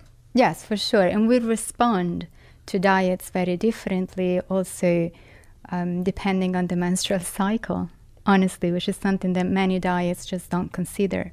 So in the first part of the cycle, when your estrogen is really high, your metabolic activity is higher. So you can definitely tolerate more carbs, for example. In the second part of the cycle, where the estrogen goes down and the progesterone goes up, then you're going to need 3 times the same kind of stimulant, for example, to feel the same effect, which is when women have a tendency to perhaps overdo it a little bit with the chocolate. So there are a few physiological things that one needs to take into account. And I think the research is pointing to, the research has pointed to the Mediterranean diet as a diet that seems to be really supportive of women's health. And I would argue that perhaps it's not just the diet as much as the lifestyle that is really lower stress, more consistent, low-intensity physical activity, but you just keep your body moving all the time, and the food is definitely higher quality than in other, societies, like when you go to Duane Reade and there's donuts everywhere. So it's perhaps a lifestyle that it seems to be more conducive to improve women's health. But it is interesting that the Mediterranean diet contains foods that are quite rich in estrogens, in the form of phytoestrogens or estrogens from plants. So what's interesting is that estrogen is the most ancient of hormones, so it can really go across species. So the estrogen that a plant makes has a similar effect in a woman's body as our own estrogens, which is really nice. Now I think the nature works all together, and that we can get hormones from a plant and just they become part of our own hormonal system. I think it's quite nice. And of course, there are some phytoestrogens that have been associated with some health risks, like soy. Soy is perhaps the richest source of phytoestrogens, but many people have allergies to soy. And the soy that we have in the United States is very often genetically modified or very highly polluted, so it's perhaps not the best choice. But then there are other foods like flax seeds. They're a great source of estrogens from plants. Sesame seeds, chickpeas, most legumes, as well as dried apricots for some reasons, and a number of fruits. And also dark chocolate contains a form of phytoestrogen that is potentially biologically active in a woman's body. So we know the Mediterranean diet, and we'll come and I want to talk about a few more things with the Mediterranean diet. Okay. Going back to some of the factors inside a diet, one of the things that we've definitely seen an increase of as diets all around the world have become more westernized, even in places like Italy and Europe and other places. Everybody's sort of following the unfortunate trend that the United States has set, is we've seen a massive influx of sugar into a lot more foods. So what do we know about sugar and how it plays into a role with the items that you're talking about? Well, so refined sugar wears out your pancreas, right? It really decreases your insulin sensitivity and increases your risk of insulin resistance. And insulin, being a hormone, works in balance with all your other hormones. So if you have hormonal imbalances, whether thyroid disease or insulin resistance, prediabetes, that might also impact your sex hormones and your reproductive functionality. So I think in general, I don't know if it's just sugar, but there's a lot of evidence that processed food is really not good news for health in general, but also especially for women's health. And there's this incredible study with over 100,000 people that came out in the British Medical Journal, showing how consistent consumption of processed food is associated with an increased risk of cancer, of all types of cancers, but also over 12% higher risk of cancer, of breast cancer, for postmenopausal women.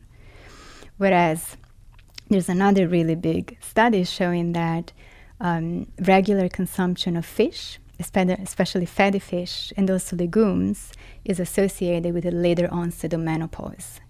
So anything that can delay the onset of menopause, I think, is beneficial to women in some ways. I want to take it back to your personal journey, because when you are, I can imagine, going for your PhD is a very intensive time. Yes, it was. And you are coming from Europe, where things are much more inherently connected to the land and food, and you don't have to work as hard to get that. Yeah.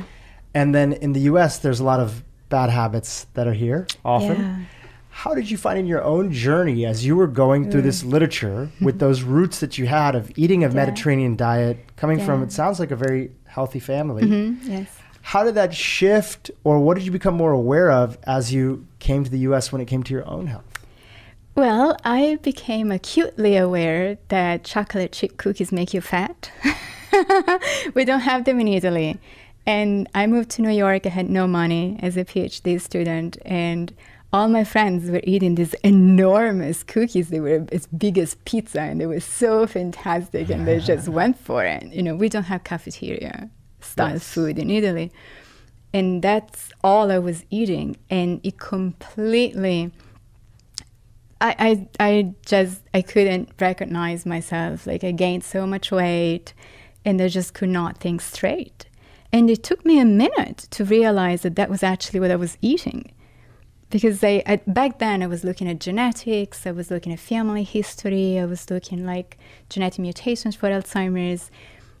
Nobody was talking about lifestyle as something that could actually impact your brain, especially diet. It took a long time for the field to really say, yes, food has an effect on your brain and Alzheimer's risk. And so I was really not prepared for the effects of that diet on me.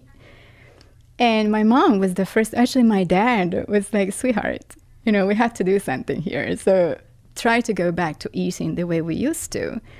And then the weight went away, thank God. And I realized I had to go to a gym because I didn't get the kind of exercise that I used to get in Italy. Just little things, but like doing the stairs all the time. My parents live on the 4th floor of a walk-up, and it was very normal for me to just go up and down the stairs all day long. And here it's all elevators, so I was taking the elevators instead, and I wasn't walking that much. I was taking the subway, and so I really had to turn it around, and my brain responded so quickly, which is really what made me interested in lifestyle when other people were not quite talking about it yet. It's fantastic. It's always interesting, our own personal experiences. Yeah, traumatic. And how they, traumatic and how they impact our journey of what we're interested in. I mean, the whole reason that I got into health is because I had severe acne in high school. And I later on found that through just severe gut dysbiosis, I had intolerance to dairy. I wasn't lactose intolerant, but I had an inflammatory response. And so after cutting out dairy completely out of my diet, my acne completely went away. Nice. So it's always interesting the journey that we have and how that leads us to where we are. Yeah. So, okay. I also heard that you have a problem with bell peppers. Is it possible? She mentioned that. Well, I do. I'm intolerant. Yes. So I am very reactive to a lot of nightshades. I got it. So tomato, like Excellent. if the skin is still on, bell peppers. I get very red in my face. Who knows what the origin of that is? But yes, the things that we figure out about our health. Absolutely. Yeah. So when men or women come to you and talk to you about, okay, now I know the stats. Right. Women are more likely for X, Y, and Z and all the things that we talked about at the beginning of the podcast. Yes. And we know lifestyle factors contribute. And we know that they show up as early as our 40s, right? Like later 30s, 40s. What are some of the things that you tell, let's focus on women because that's what, the angle is. And for the men that love them and are in their lives, what are the things that are the highest return that you have them start to focus on at that age to impact the likelihood of Alzheimer's and other degenerative brain diseases or brain tumors that might come later down in life? So when you start off at the top in terms of you usually prioritize this first and then and this next. I'm sure they all matter. Yes. So I'm going to show you this very quickly. Where is it? What I usually tell them is this. There's a sentence in Latin that I'm sure you're familiar with. It's mens sana in corpore sano, which means a healthy mind in a healthy body. And if you take just the beginning, mens sana, then you have M for mental stimulation, E for exercise, N for nutrition, S for sleep. We have another S for stress, A for avoiding toxins, another N for networks, and the final A for medical assessments. And this is part of your 8-step plan that you put together. Can you explain what that's called? It's called the Well-Nourished Brain. Oh, the 8 steps to a well-nourished brain. Yes. That's the same thing as what you were talking about. Yes, right? It is the same thing. Or it's just a coincidence that they both have 8 steps. I think the 8 steps is more like the diet. Okay, got it. Yeah, there are 8 things that one can do to optimize their diet. Let's talk about this one first. These are 8 things that people can actually do. And what I always say to our patients is that it's up to them to decide which one is most important to them, because we have some patients who are super healthy in terms of their diet and exercise levels, but they're so stressed out. They're shaking when they come to the office. They're under so much stress. They can't sleep at night. So for them, stress reduction and sleep management are really the absolute priorities.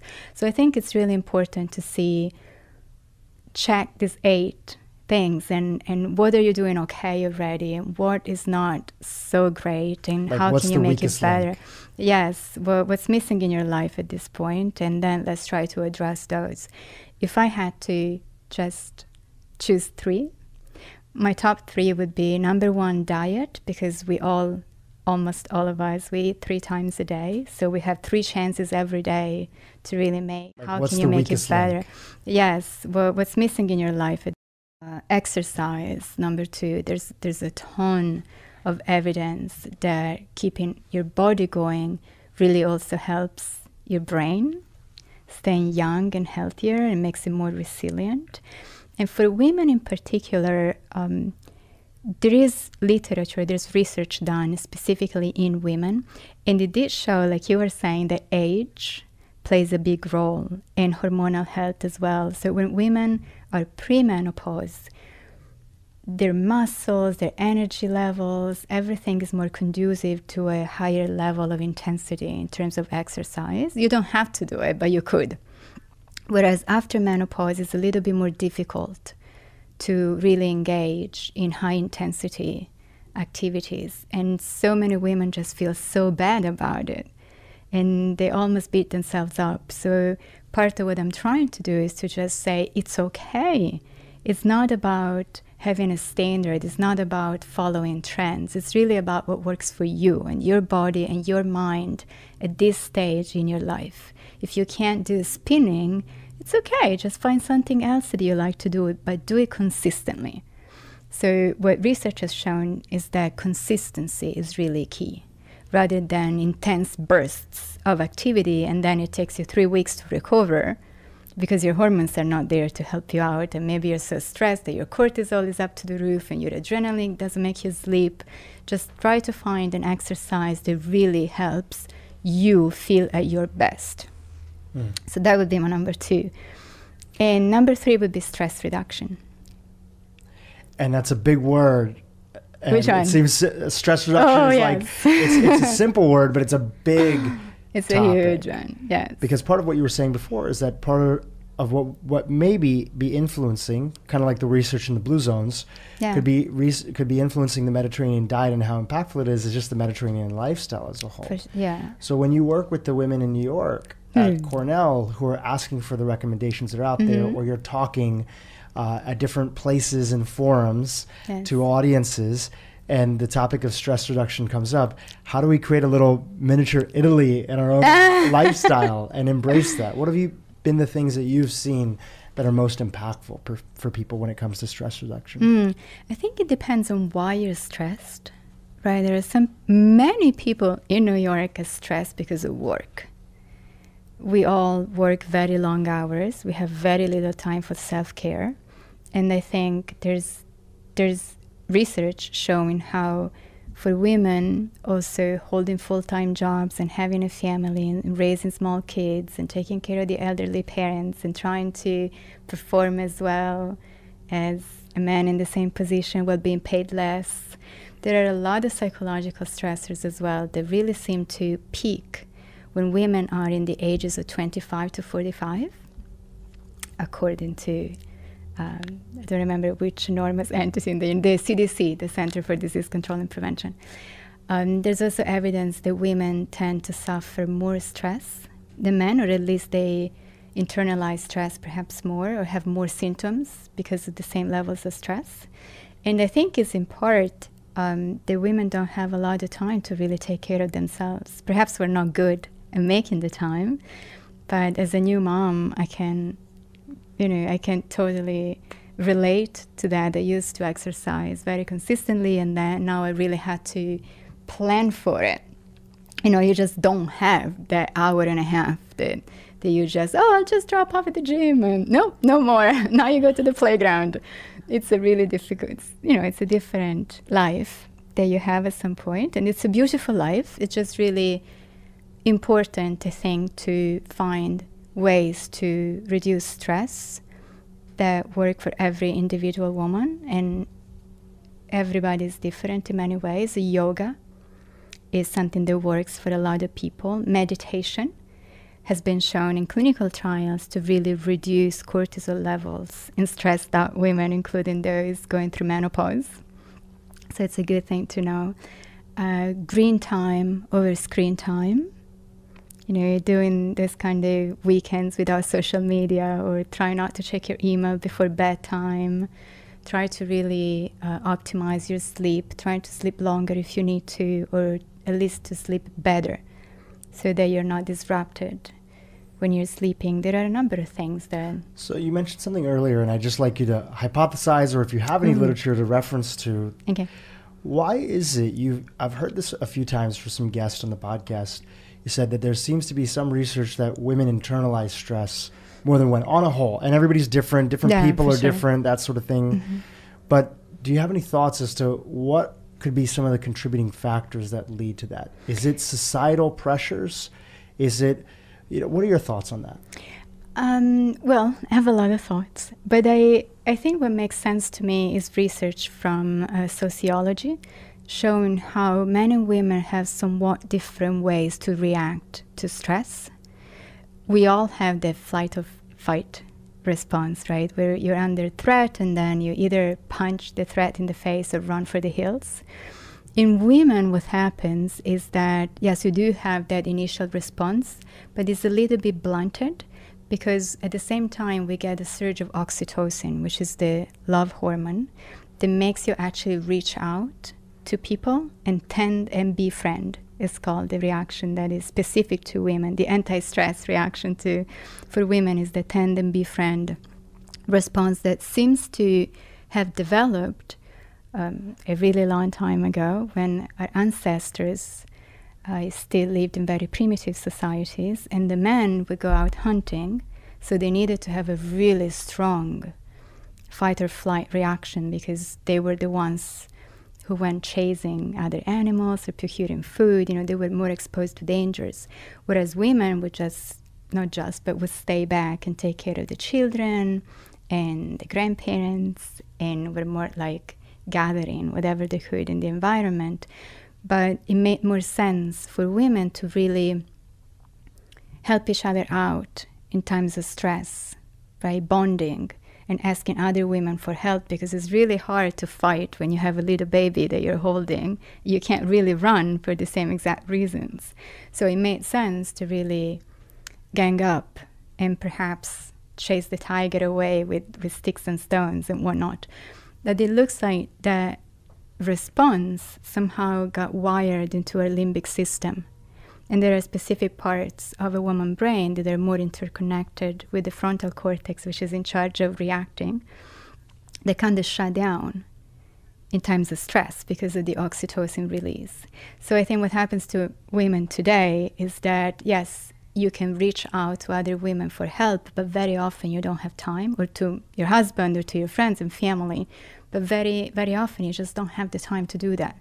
You just soldier on and keep going, and you don't have the time to just have a 3 hours long conversation where you're really venting, or going out shopping with your friends. And that might be that we just don't know how to get this stress relief that we need. That maybe in the past, if I'm hearing you correctly, and please correct me if I'm wrong.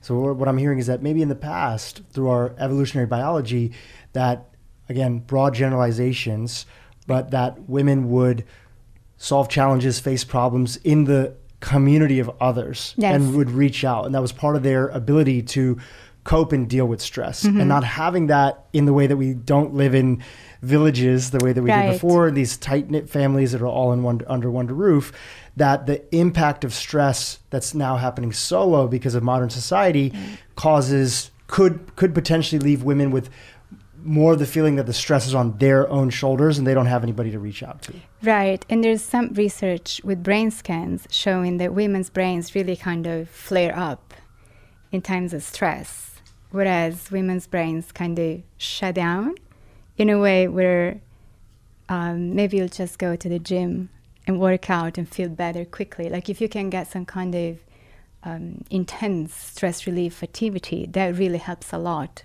for men, but not much so for women. So I think we just need to find stress relief techniques that work better for men and for women by looking at genders differently. And this goes back to your core thing that we're talking about here on the podcast, is that if we're not researching, yes, then we don't know. We can't assume that what works for one works for another. Sometimes it does. And of course, women should honor their own intuition. Right. And not just feel like they have to do something that somebody else is doing because maybe that research was based on research around men. Well, actually it was. All the research on the flight or fight response was mostly based on studies in men. Wow. Which is part of the bikini medicine thing we were talking about, but also the fact that women were actually excluded from research for so many years because there was it was thalidomide. I don't know if you knew that. It's this drug that was given to pregnant women to deal with symptoms, and then it turns out that it created a lot of health issues in the babies, deformities, and a lot of other problems. And the FDA took a cautionary stance, which makes perfect sense, and said that women of childbearing age, which is any woman from puberty through menopause, should not be included in experimental clinical trials. Which again makes sense, because if you don't know the side effects of a drug, it is perhaps a good idea to avoid giving it to pregnant women at least, right? Mm-hmm. But that kind of escalated to the point that women were just excluded from research, period. Mm. And if you're not participating in research, you're not informing research either. So for decades, most clinical trials were really in men, were done in men. And so a lot of the recommendations and a lot of the medical knowledge that we have still today is really based on research in men.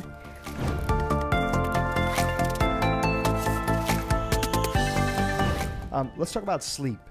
And we've done a couple podcasts, including with our dear friend, mutual friend, Mark Berhenna. But how does sleep impact, we'll bring it back to the beginning, something like insulin resistance? So one of the most important messages around sleep is a lot of people are fixated on sort of the hours of sleep. So whenever I have individuals come in and ask them about sleep, they're like, don't worry, doc, I got it covered. I sleep for 8 hours. And that's where I really have to discuss what is your bedtime? Because physiologically, sleeping from 1 a.m. to 9 a.m., like a lot of my high-tech engineers do, that's a completely different animal than 10 p.m. to 6 a.m. So then we have to talk about the different halves of the night, like the first half of the night, where we're producing a lot of the growth hormone, a lot of the chemical messengers that can help stabilize blood sugar. Like, what does that look like when we can actually go to bed earlier? And then again, in my patients that are having elevated blood sugars, often we see that when they go to bed earlier, even independent of any dietary changes, often their blood sugars get better. And they're like, wow, they can see that metabolic connection. So we have to understand that there is physiological processes happening throughout the night, and you can't just sort of ignore that first half of the night and sleep the second half of the night and think you're going to get that.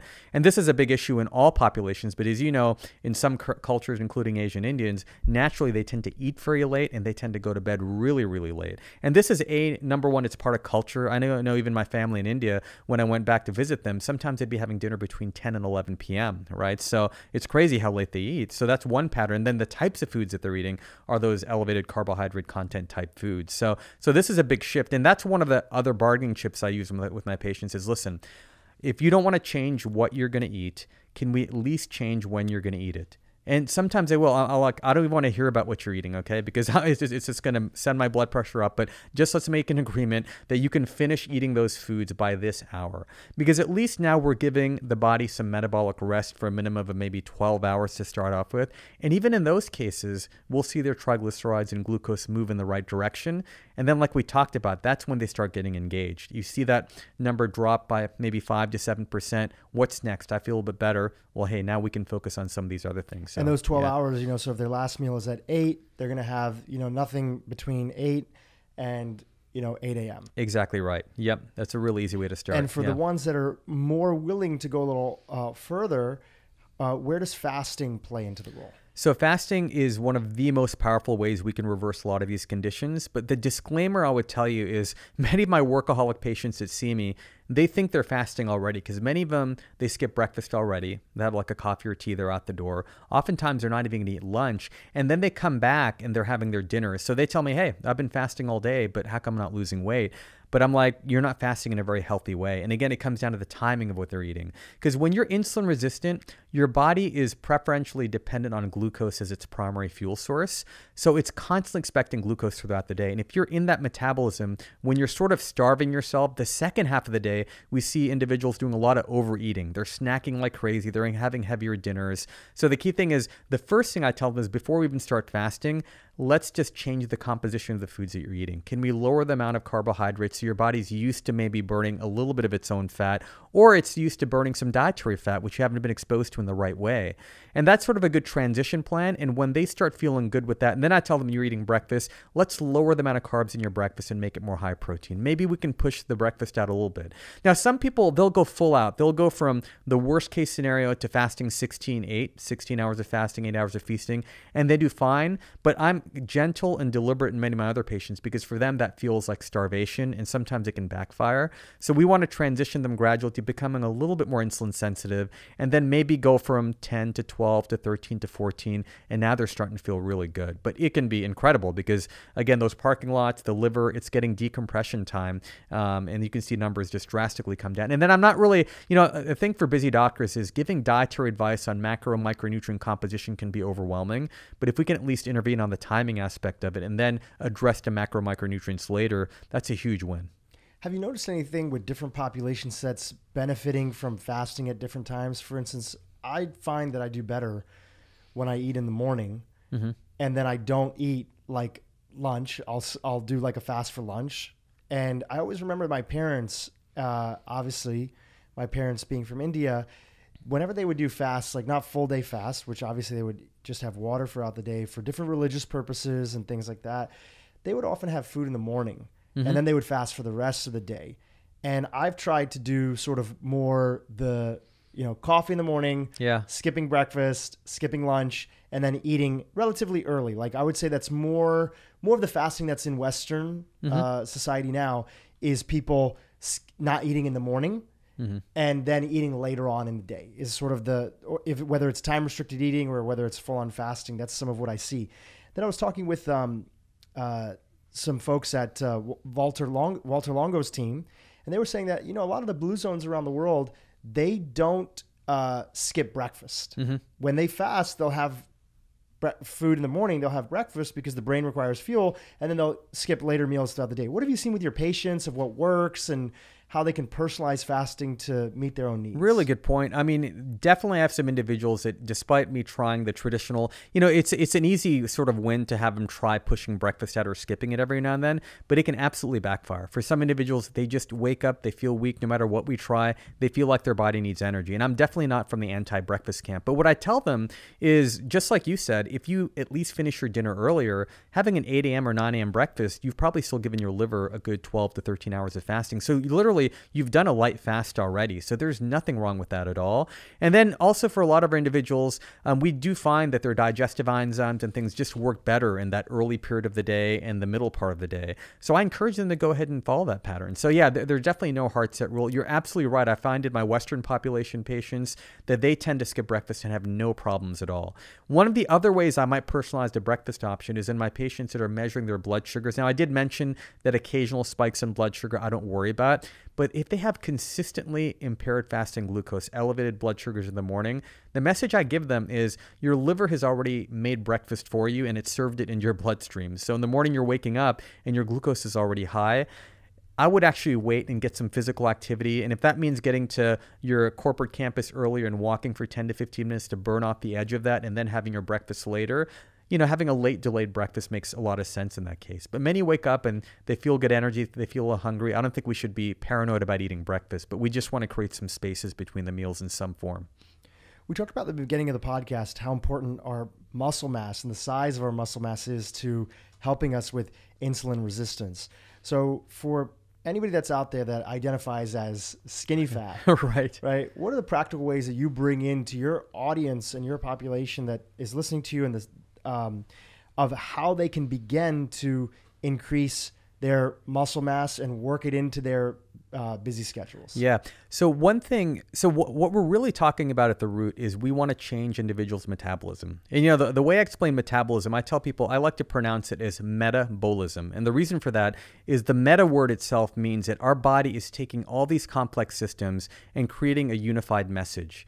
It's a meta message. And what this message really is in each individual's body is this person is either highly sedentary, this person is moderately active, or this person is highly active.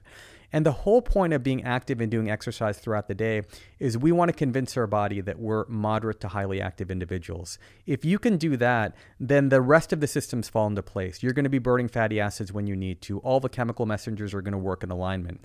Now, with physical activity and motion, so after I sort of set that stage, I tell people, if you go to the gym for 30 minutes in the morning and then you sit all day, you can't trick your body into telling it that I'm a meta-active person, right? So even if you didn't do the 30 minutes, if you can keep yourself lightly physically active throughout the day, you're going to be burning glucose and fat and staying very insulin sensitive without necessarily doing formal exercise. So for exercise, because a lot of folks from our background, they don't like the idea of going to a gym. It's a very foreign concept. So I work on walking steps, do some sort of native squatting type things, and we just teach them some basic exercises. Every Asian has witnessed or experienced a squatting position for various reasons. Can we sort of bring that back and then gently do that? So one talk I recently gave at Oracle, the whole topic of the talk was how to stay active during work hours. And now I got bullied into actually starting an Instagram page. So now there, I'm actually posting pictures of the different positions that I work in a semi-squat position with the resistant bands on my thighs. How do I do certain things? And I'm convincing my body to stay physically active. And the way that your metabolism is shifting is because all of a sudden you start to get very fidgety when you're sitting still. And I've noticed that. Like I sit on planes, or after this podcast, I'm going to probably go walk in Santa Monica because I start feeling very antsy when I'm sitting for too long because my body's trying to burn energy and it wants to keep me active. The opposite of that is people that are sitting on a couch and you ask them to stand up and you need a forklift to get them off their couch. They're in an energy storage mode and you can easily shift that gradually. So that's kind of at a high level is start with those frequent interrupted pieces of movement, start improving your diet and your metabolism will shift to using its own fat for energy. And that's really where we want to take people. One of the things that my friend and business partner, Dr. Hyman, says is that, one of the first rules of eating is let's eat a diet that is not continuously spiking our blood sugar. Yes. And a lot of individuals who are listening to this podcast, even, they're aware now, obviously listening through you and other podcasts, they're aware of the challenges with constantly spiking our blood sugar, but there's not always that connection. So in the spectrum of making that connection, you have things like continuous glucose monitors, which are devices, for anybody that's not familiar, that you can actually have. It has to be prescribed, right? Right. It has to be prescribed by a physician, but you can wear it and it'll give you a regular reading of what your blood sugar looks like. And then there's different prick tests that you can get, which don't require a prescription.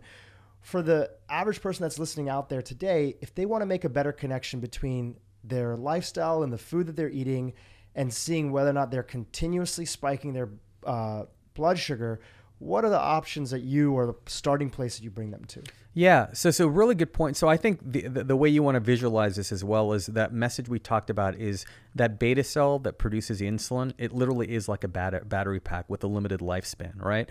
So when we're spiking that battery pack throughout the day, we're going to wear that out and we're going to wear out the life on that battery pack. By the time somebody basically develops blood sugar abnormalities, we've lost about 40 to 50% of that beta cell function already. And that's why I'm so passionate about people identifying insulin resistance at the earliest stage possible, because then you can protect that battery. So exactly like you said, if you have frequent spikes throughout the day, that's like turning on multiple apps on your phone and draining the battery. If we give it spaces like we talked about with fasting, and then you have these occasional gentle spikes at mealtime, then you're going to preserve that battery lifelong. So now if people want to get quantitative about that, and it's funny because I used to do so much data tracking that I became obsessive, not to the Peter Attia level, but I decided that I'm going to start not doing this as much. But I did recently get myself a continuous glucose monitor just so I can show patients pictures of what my profile looks like. And most of the day, it's literally a flat line with a couple of spikes here and there. And so I tell people these glucose spikes are pretty much like insulin spikes. This is what you want it to look like. And then I've got an anonymous picture basically of some of my patients who are eating like they are. And they see these spikes all the way throughout the day. And I tell them which battery pack's going to run out quicker. And when that battery pack wears out, that's when we get into trouble. Now, if you want to do continuous glucose monitoring, that's one way. If you want to do the finger stick glucose, it's a very easy way. Can we talk about that for just one second? Sure, yeah. So a lot of people want it, and right. They're not always sure the best way to get it because, again, you need a physician to prescribe it. Okay. Any recommendations, hacks in the system that you might recommend for somebody who is interested and is like, you know what, I really need to be I want to know, and I want to have that data of how I'm eating and living and whether or not I'm continuously spiking my blood sugar. How can I get one of these, devices? Can they have an honest conversation with their physician, even if they're not pre-diabetic or anything else, and just say like, this is something that I'd really like, can they present any research to them to get them to order it for them? You are such a mind reader, because this is one of my mission statements is I want to really destigmatize the use of these monitors. So that was the other reason I got it. It is such an easy process, Dhru, to just get one and use it. So I'm literally going to do a detailed blog post on my process of doing this. And I think the way to really convince your physicians are so overwhelmed with a limitation of time. And the last thing they want is all this data coming at them. I'm used to seeing it, but it's true. It can be overwhelming, because some of my patients are like constantly emailing me, or they're coming in with their glucose graphs. They're like, why did this happen here and there? So I think the first thing is, if you come into a doctor who's not familiar, which is most doctors, you want to let them know that this is something that I'm sort of doing for myself, and I just want to understand the data, because they probably are just afraid that you're going to dump all this data on them, and all of a sudden your doctor's going to have to make decisions around this. But this is going to be an independent venture. And then literally all the doctor has to do is write a very simple prescription. So I'm literally on my site going to mention, this is how you write a prescription to Costco or whatever. And Dexcom, actually, their website, if you're using the Dexcom unit, has great videos, but it's a little bit overwhelming. But I think as a physician, I'm going to do that. I'm going to train a lot of the doctors in my own practice how to do that. And I think that's something, is we have physician champions that are doing this. And obviously IFM is a wonderful venue for that. There might be a big forum where people do this as well too. It's a no-brainer. I mean, when people have this change, do you think in the future that we really should have a prescription for these glucose monitors? So I think there will be a day when there won't. And I actually had a meeting with the CEO of Dexcom to sort of discuss this issue. And as you can imagine, there are so many sensitivities and risk associated with this. So they're definitely going through the step. They want the continuous glucose monitors to be a wellness tool, not just a type 1 diabetes tool. So I think absolutely we're moving that direction.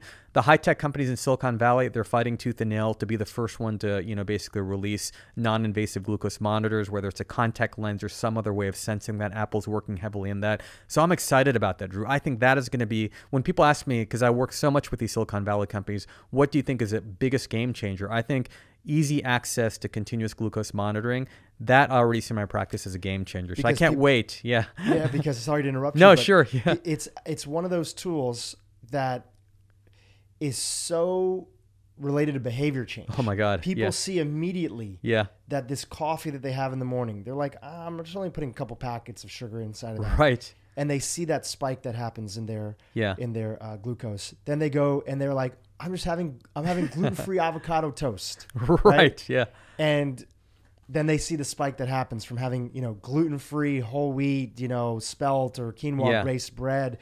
Then they go and eat some chips that are out there.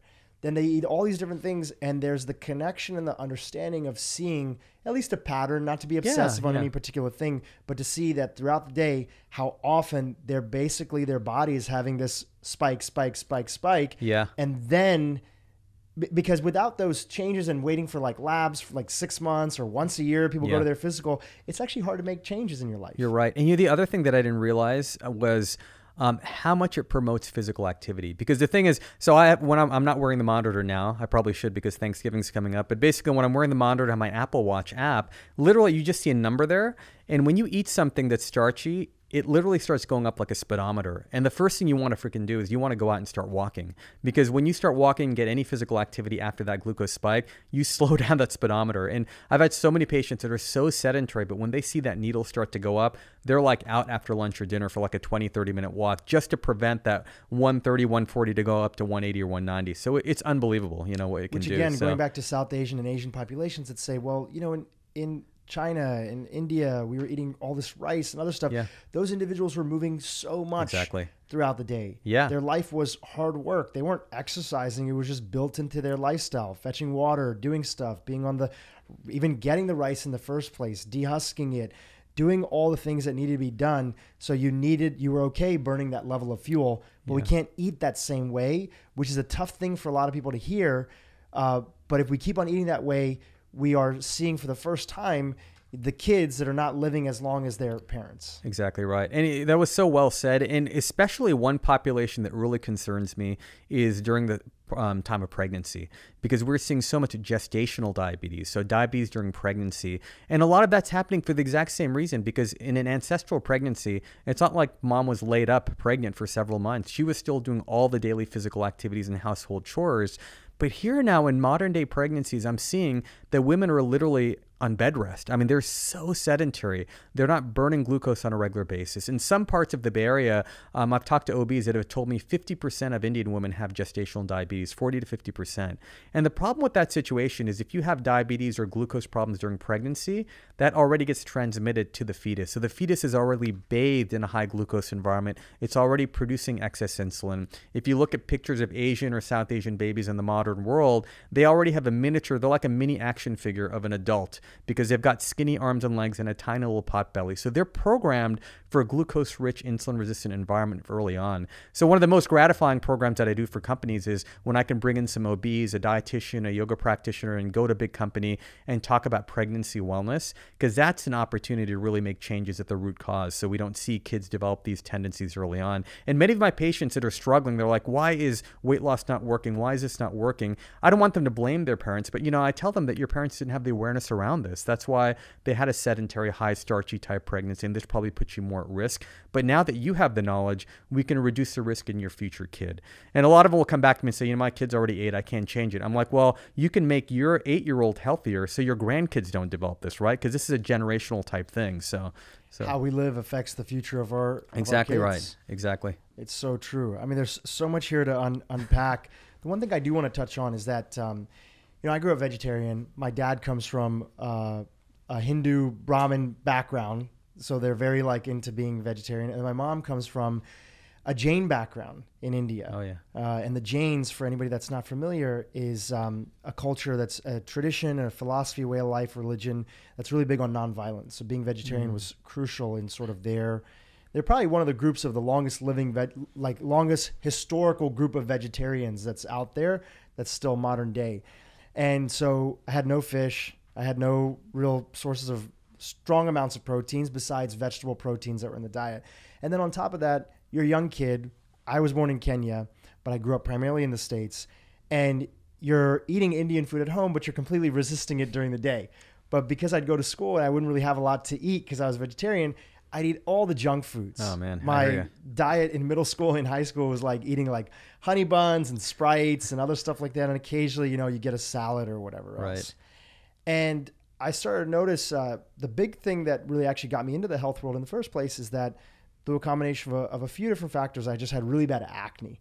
And I didn't realize I had a dairy sensitivity that was there. Later on in life, I just noticed that even no matter how much I would work out or other stuff, the diet was not translating to any sort of muscle mass gains or increase in performance in sports that I would play. Finally, when I got introduced into the world of functional medicine through my first business partner, Alejandro Younger, I started to do my own labs, not on myself, right, but have them done through the physician that I was connected to.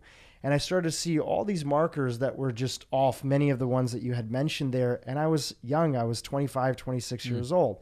And I made the decision at the time, even though I had been vegetarian for a long time, that I'm actually going to go start eating. I'm going to minimize the grains, because even being a vegan, I was eating quinoa and gluten-free this and that, and so many foods that would spike my blood sugar. I'm going to start eating fish, and I started off with fish.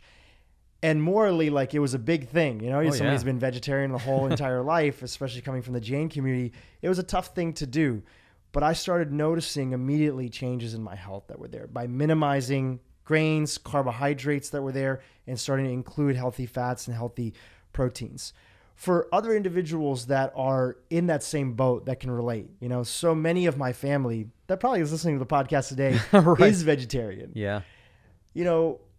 How do you help them navigate that and try to help them understand the importance of figuring out, not that I'm here to convince anybody not to be vegetarian, but how do you navigate that, which is sometimes can be such a sensitive topic? So this is where a couple of tools and tactics I use is, number one, what we talked about is really making our diets more vegetable focused.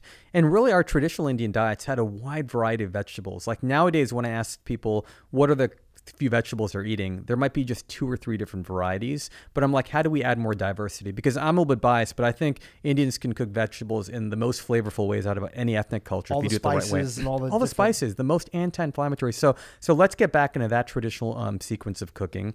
The fasting that you brought up. So this is an easy sell to South Asians because this is part of our ancestry, right? So, but I think the difference with Westerners is when they adopt Eastern habits, the Eastern habits were traditionally more selfless. They were for a purpose. You know, maybe you're sacrificing for a family member that passed away for God. But here fasting is done for what? I want to get a 6-pack, right? I want to burn body fat. Lose those last 10 pounds. Lose those last 10 pounds. But, you know, for South Asians, I try to remind them, like, for example, Diwali just passed. For religious purposes, I'm like, why don't we try a 12 to 14-hour fast for a few days and do it for specific reasons, see how you feel. Let's incorporate some traditional vegetables in the diet and see how you do. And the thing is, so one trick that I use is, for example, rice. So when you look at carbohydrates, if you eat them in their plain form, so for my rice lovers, I tell them when you have plain rice, it's going to cause a much more abrupt glycemic spike.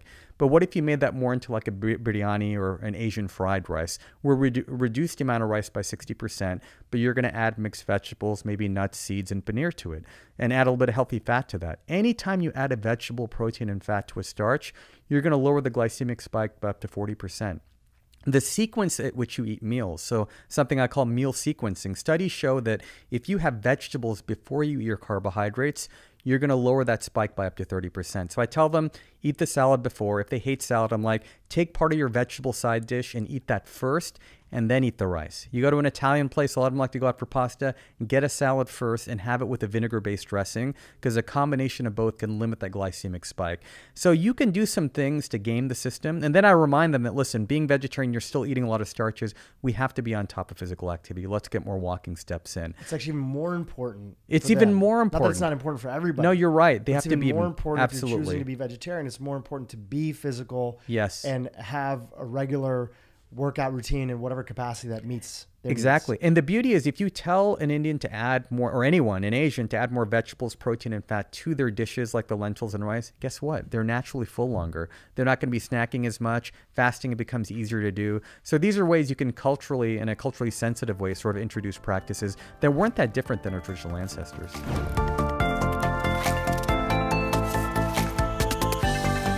Give us an example of those things that are maybe happening in our 30s and 40s that are part of our lifestyle that we don't necessarily think as being major contributing factors to the building blocks that could eventually lead to cognitive decline or full-blown Alzheimer's. Like, they're so baked into how society operates and thinks and functions that we just kind of think of it as normal, but it could be setting us up for something much more traumatic to happen down the way. Absolutely. And I think there's the common ones, as you kind of alluded to, and then the ones that completely take us by surprise. So we're all used to hearing, what's happening with insulin resistance. So many of us are walking around. I just heard the all-time record the other day, someone who came walking in with an fasting insulin of 72. Usually we like to see this, as Mark points out, 4.5, kind of in that range. We worry when it's getting up to 8, 10, 15.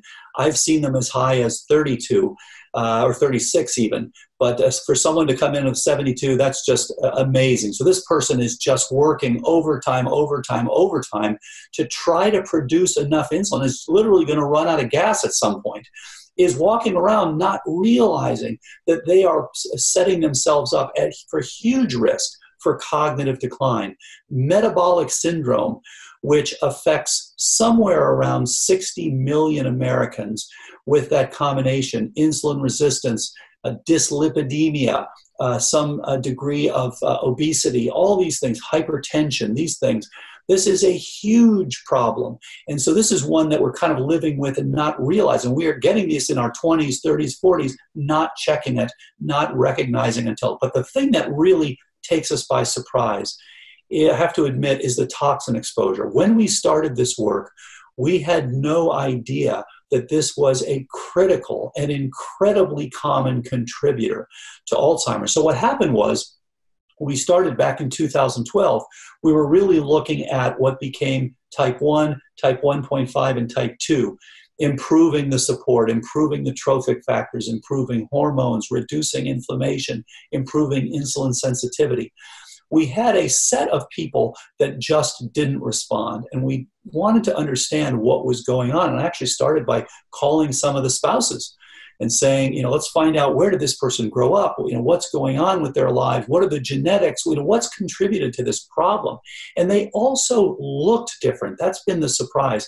People who have toxins as part of their Alzheimer's often will present, instead of amnestically with your typical, I can't learn new information, they'll often have, I'm having trouble with organizing things. I'm having trouble learning my new iPhone. I'm having trouble at my job. I'm having trouble with calculations. I'm having trouble with visual recognition. I'm having trouble with spatial orientation. All of these non-amnestic presentations. They often will have depression as one of the problems at the beginning. And these people turned out to have exposure to 3 different types of toxins. So you've got to look at the inorganics, things like metals. And you know the story of air pollution. That's turned out to be more and more common as a cause. So be careful out there on the freeways. Don't get too much of that air pollution, into your lungs and ultimately to your brains. Then second one, organics, things like formaldehyde and toluene and glyphosate. All these various organic toxins that we are exposed to. These are critical. And as an example, someone who had many, many years of exposure to paraffin candle burning developed cognitive decline. So be careful about these organics. And we've seen these where these sneak up on people. They don't know about their exposure. They don't realize their glutathione has become low trying to fight this stuff. They don't realize that they've got this stuff in depots in their body. And one of the things that happens is, as you approach menopause or andropause, as you know, you're now changing the way you're dealing with your bone. You have a little more on the osteoclastic side. You're releasing this stuff back into the bloodstreams.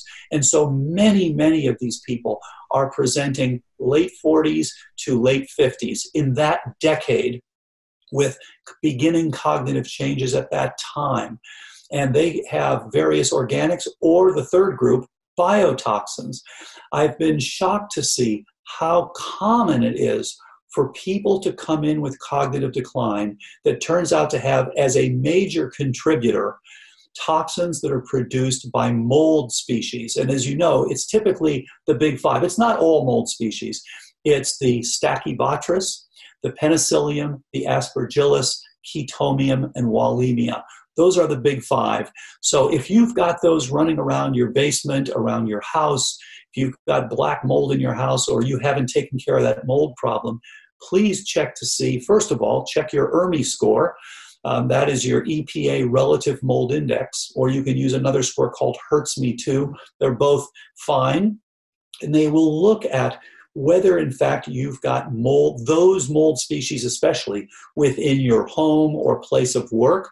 And then look to see whether in fact you've got evidence of these mycotoxins. You can do this looking at responses made in your blood, looking at whether you've got these in your sinuses, because they sometimes will actually grow. The molds themselves will grow in the sinuses. We have people who have chronic sinusitis. Microbiome. Absolutely. And that's, as you know, that's another huge player. And looking at oral microbiome, another big one that wasn't clear years ago, becoming more and more clear. Sinus microbiome, and then of course gut microbiome. All huge. And of course, the brain microbiome has turned out to be a surprise. That we were always taught that the brain should be a sterile organ, right? But it's not. It's still controversial. We don't know if that's the norm. But what we do know is, if you look at the brains of patients with Alzheimer's disease, what do you see in there? You see oral bacteria such as P. gingivalis and T. denticola. You see mold species. You see fungal species such as some of the Candida species. You see things like Borrelia, spirochetes, things like that. And you see viruses, herpes simplex, HHV6A being 2 of the most common ones. These are all critical things, and you're responding to this invasion by making the amyloid that we associate with Alzheimer's disease. So again, it comes back to supporting your immune system and things like that. So the big surprise, these three different groups of toxins. You're living in them, you don't know it, no one bothers to check, and then you come down with cognitive decline, and then typically people still don't check. But if you bother to look, you will see that these are contributing factors. So all of us can do better by checking these things when we're younger and minimizing them. Getting on basic detox is so huge, as you know. It's so true. And I think a huge part of it, as you're really talking about, is awareness. And Absolutely. The more awareness that you have, the more likely it is that you can actually start to look in this direction, because we know from the World Health Organization and a lot of building surveys that are there, it's estimated that 2/3 of buildings in North America could have mold inside of them at some degree that's harmful for human health. But if we look at even the real estate game as a whole, all the mold inspectors are not really trained and not incentivized to be looking for mold. In fact, they want to, give simple enough checks, and a lot of the mold that's there is not viewable to the eye, to the naked eye. It's not black mold immediately that you can see. Sometimes it's the case. It's behind the dishwasher, and there's a mold colony that's there that's been there since the last homeowner had it. Or if you're renting an apartment, I'm here in Santa Monica, a friend of mine just came back and said, how do I even see the level of mold that's in my house? Because I'm having memory issues. I'm having other stuff. I'm having sinus things. I eat healthy. I wear like a glucose monitor. I'm doing all these things that are there, but I still feel like something is going on. And you mentioned the ERMI test. That's an air test that people can get done and then can look up ERMI in their area. But it's almost like, what I love about what you just shared is that you're giving people permission and encouragement to go and look for these items. Increasingly, since the Industrial Revolution, we are living in a more toxic world. And these toxins are taking and wreaking major havoc on our health. Even as you mentioned with COVID-19, one of the primary correlators with COVID-19 in many of these cities has been air pollution that they've found. People that are exposed to heavy amounts of air pollution that comes from, not just cars, but indoor off-gassing. These are all factors that play a role. And the key is, as overwhelming as it can be, because sometimes it feels like a lot. There's this mold issue, there's this heavy metal and that. It's that we can get started somewhere, and we can start with the basics and work our way up. Not so that we address all these insults at once, but we can find the ones that are key to us. So actually, that's a great question to ask you. Part of the book, The End of Alzheimer's program, is helping people get clear on maybe where they can get started first for them. So how do people think about that? When you're talking to people who are about to embark the program, how are they beginning to lay out the chips and at least even decide where to get started? Yeah, that's a great point. And you can think of this like you're sitting in your home, for example, and there's a fire out there and it's advancing toward you. Well, if you can put it out when it's out there and kind of push it back, then in fact it's less likely to come to your house. Once it gets to your house, you've got a lot of things to do, but you can get rid of it while it's out there. At least beat it back and really buy yourself decades potentially. We should have people who are good cognition until they're 100. So you can get started in a number of ways. There's the basics, and then there are the things that are targeted. On the basics, there is diet, exercise, sleep, stress, brain training, basic detox, and some basic supplements. So those, what we think of as kind of the 7 core features, and we talk about these in the book as well. So just getting yourself into a plant-rich, mild ketotic diet with some fasting. Fasting has turned out to be so remarkably helpful for everything from hypertension to cognition to preventing, helping in the prevention of Alzheimer's disease, to improving vascular status, improving insulin sensitivity, on and on and on. So just doing basics like that, and we go into great detail in the book for specific things to buy, specific things for the so-called KetoFlex 12-3 diet. Then exercise, just basic things with both strength training and aerobic training. Sleep, as I mentioned, that may be the most overlooked. People don't bother to check to see if they have nocturnal hypoxia, and it's incredibly common. And then the best way to check that is through a sleep center. You can do it. Yeah, actually, it's pretty easy now. You can actually just get yourself an oximeter. And there are a number of good oximeters out there that can actually record for you your oxygenation. So again, this is something more and more health we're seeing as quantified self. Now you can have your Apple Watch and you can look at things. You can look at your heart rate. You can look at your oxygen saturation. And by the way, you can look at your oxygen saturation, at a moment's notice with your iPhone. That's simple to do. But if you want to record it all night, you want to have an oximeter. And yes, you can get this from your doctor. You can, as you said, you can do a sleep study, but you can also do it more simply by just recording it with an oximeter and then see if you're dropping below that target of 96 to 98%. And then again, stress. Incredible. As you know, there are now spikes. And when I got an interesting email from a neurologist yesterday who's seeing a spike in her practice, looking at people with cognitive decline. Everyone's anxious, everyone's stressed out, everyone's indoors, everybody's depressed and worried. There's so much going on in the world right now. And of course, this contributes to everything from hypertension to cognitive decline. So getting that, and again, as a scientist, I never thought I would be talking about things like meditation. I thought this is, not helpful.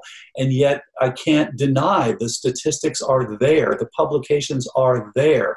Neuroplasticity is undoubtedly enhanced with forms of meditation like TM, like mindfulness, like things like that. So this is really important. And then brain training. Again, each one of these things isolated doesn't have a huge impact. But as part of an overall program, these are getting you over that hump. These are making it so that you are now on the right side of plasticity so that you are able to lay down and keep new synapses. And then some basic detox. And I'm learning this myself with detoxing myself during the COVID-19. One of the things I started doing was using Chronometer a lot more. So I'm looking every day at what I'm doing right, what I'm doing wrong, how much fiber I have, how much protein I have, all these sorts of things. And critical to that is getting appropriate fiber, which turns out to be so helpful for detox, among other things, for improving your glycemic load from various foods and things like that, improving your insulin sensitivity, and to improving your lipid numbers. So these things are all helpful. And then basic things like filtered water, sweating frequently, following up with non-emollient soaps and things like that, or non-toxic soaps. All of these things critical for keeping your toxin level low. HEPA filters. I encourage people, especially if there's any question about molds. Of course, you want to have remediation, but also you want to have a HEPA filter. Improve the air where you are living. It will be helpful. And you mentioned earlier, people get overwhelmed. Just to know, if you have water intrusion in your home, if you have a history of water damage, you're likely to have some mold issues. If you've truly had, from the very beginning, there's never been any water intrusion, which is relatively uncommon. Most of us have had some of that. Then you're probably in pretty good shape. But if you've ever had any water damage, and we have people, by the way, who will start to get better and then have a leak in their home, and literally they can tell, their cognition will signal the leak in the home faster than the spouse will find it, so that they will actually go downhill within 24 hours. And then they'll start looking, oh yeah, here's new water intrusion that we were unaware of. So this is a surprising and important correlation. So these are some of the basic things that you can use to get started. And there are some basic supplements. I know Mark talks about these a lot, but even things that look at things like your insulin sensitivity, some basic detox, making sure that you have enough. And I would say one of the common ones that people leave out is choline. Males should have about 550 milligrams per day of choline or more. Females, 450 milligrams or more. And we talk about this in the book. And I find that just about every day I am a little on the low side with choline. We don't tend to get as much choline as we should. And most people, the choline that they're getting is through like eggs? Occasionally some eggs, some liver, things like that.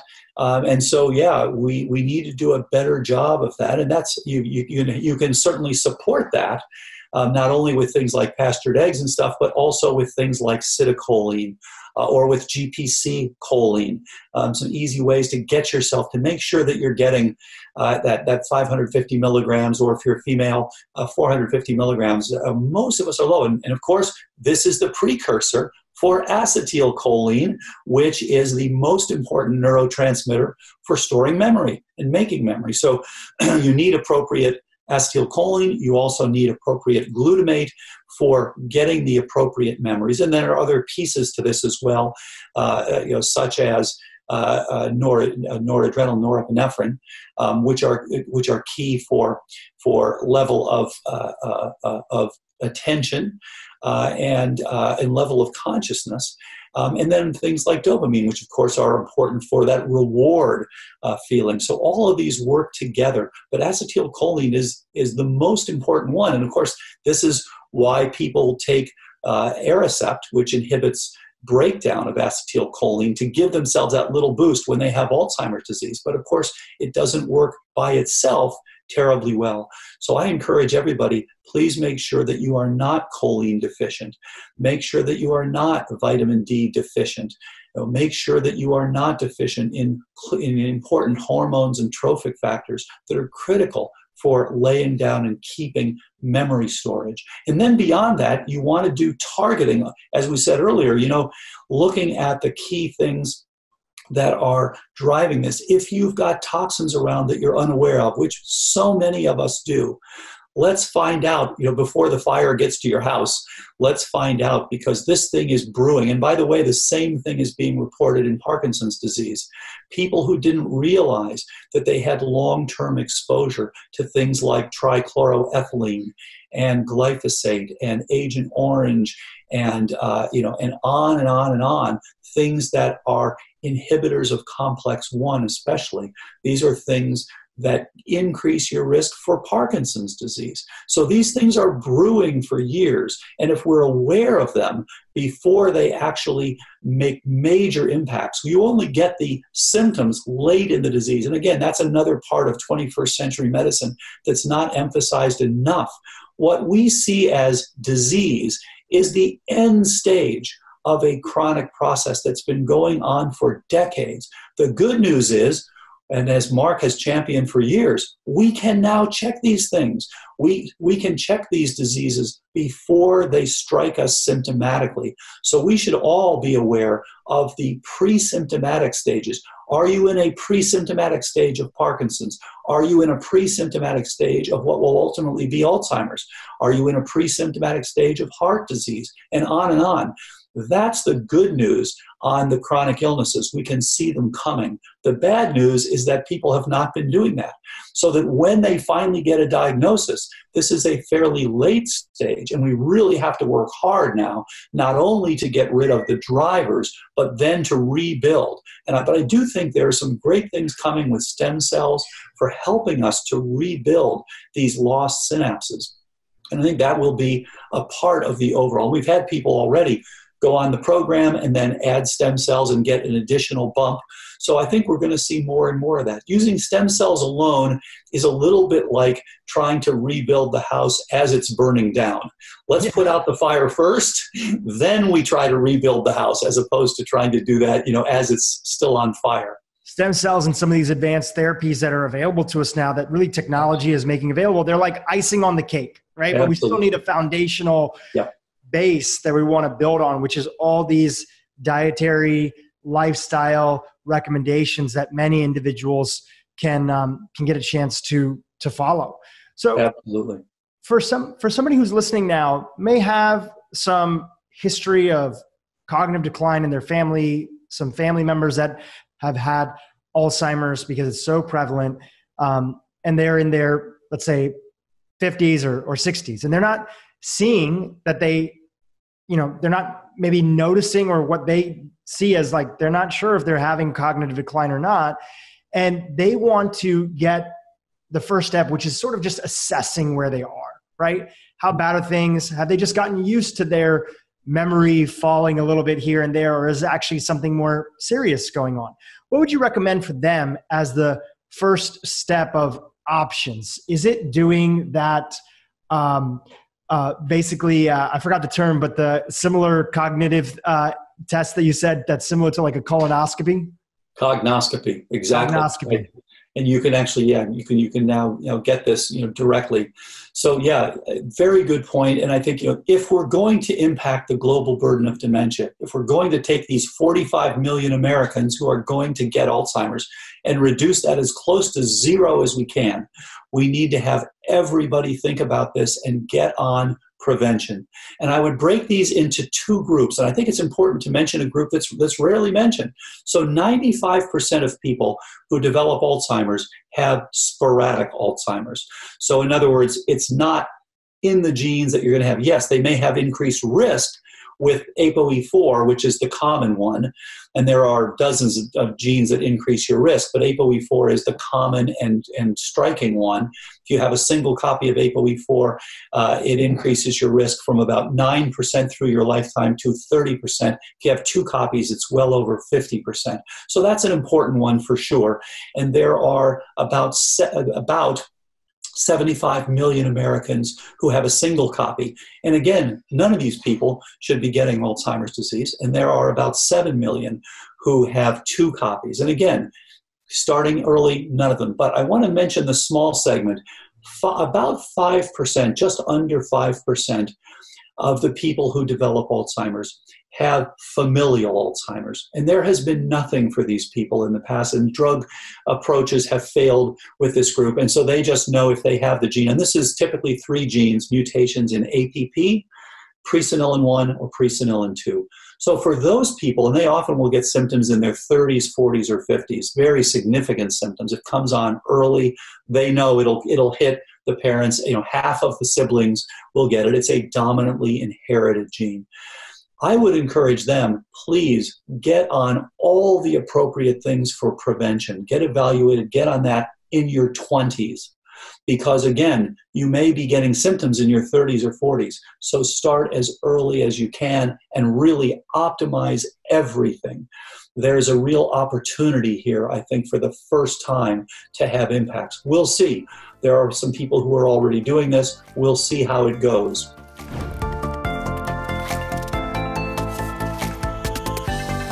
So tell us, what do we know about the stats around Alzheimer's and when it comes to the gender divide? Right. So Alzheimer's disease is the most common form of dementia on the planet, affecting close to 6 million people in the United States alone. But almost 2/3 of all these people are actually women. So for every man suffering from Alzheimer's, there are 2 women. And that's on top of the higher risk of anxiety and depression, or multiple sclerosis, or meningiomas, like you mentioned, which are the most common brain tumors. Women are also much more likely to die of a stroke. If a stroke takes place, we're more likely to have aneurysms as we go through menopause, especially. And Alzheimer's is just, it's enormous. There are so many people with Alzheimer's, and if we don't find a solution, then the rates of Alzheimer's disease are going to triple by the year 2050, with a projected 15 million patients in the United States alone, which is, for context, the populations of New York, Chicago, and Los Angeles put together. So it's an enormous amount of people, and 2/3 of all those people might end up being women. Yeah, you said before in a talk that I watched in preparation for this interview, you say, just because we're living longer, it doesn't necessarily mean that we're always living healthier. Yes, and that's actually also the problem we have in Alzheimer's disease. That for many years, I was trying to study this gender disparity in Alzheimer's, and people would just say to me, well, that's just because women live longer, right? So Alzheimer's disease is a disease of old age, and women live longer, so it goes without saying that you get Alzheimer's more, and that's the end of it. Right, that was the conclusion that was accepted in science for a long time. For a really long time, and things are starting to change dramatically, finally, in part because we now understand that Alzheimer's is not a disease of old age. So we associate Alzheimer's with the elderly because the symptoms of Alzheimer's emerge when people are older, usually in their 70s. But in reality, Alzheimer's disease starts with negative changes in the brain, years, if not decades, prior to clinical symptoms. So we started to look at that. Midlife seems to be when these brain changes really start taking place. And so since my background is in brain imaging, I have a PhD in neuroscience, but also in nuclear medicine. So I do brain scans for a living, basically. And in my lab and with the Women's Brain Initiative, we do brain scans on all of our participants. And we started going younger and younger. When I started, we were looking at patients who were like 65, maybe 70. And then I was like, well, we have to really start looking at people who are like in their 40s. And so now we have hundreds and hundreds of participants who are like 40 to 65, for example. And we did brain scans on all of them. And then we compared the brains of men and women. And we showed that women's brains in midlife look much more Alzheimer-ish than men's brains, which means, in other words, that women with a predisposition to Alzheimer's disease start developing Alzheimer's earlier than men do, which is quite unsettling. It's unsettling, but it's so Yes. important to realize. Yes. And we're going to talk about some of the factors that lead to that. But I actually Right. want to just take this back to your personal story before we continue further. Yeah. Because you have a Why are you doing that, right? you have a personal connection to this. It's not just your area of research, it's also personal history. Can you share a little bit about your family background and history when it comes to women's health and things like Alzheimer's? Yes, so I have a family history of Alzheimer's disease that seems to affect the women in my family quite strongly. My grandmother was one of 4 siblings, 3 sisters and 1 brother. And all 3 sisters developed and died of dementia, whereas the brother was spared, which was quite a thing. I was born and raised in Florence, in Italy, and there is no assisted living in Italy, especially not back then.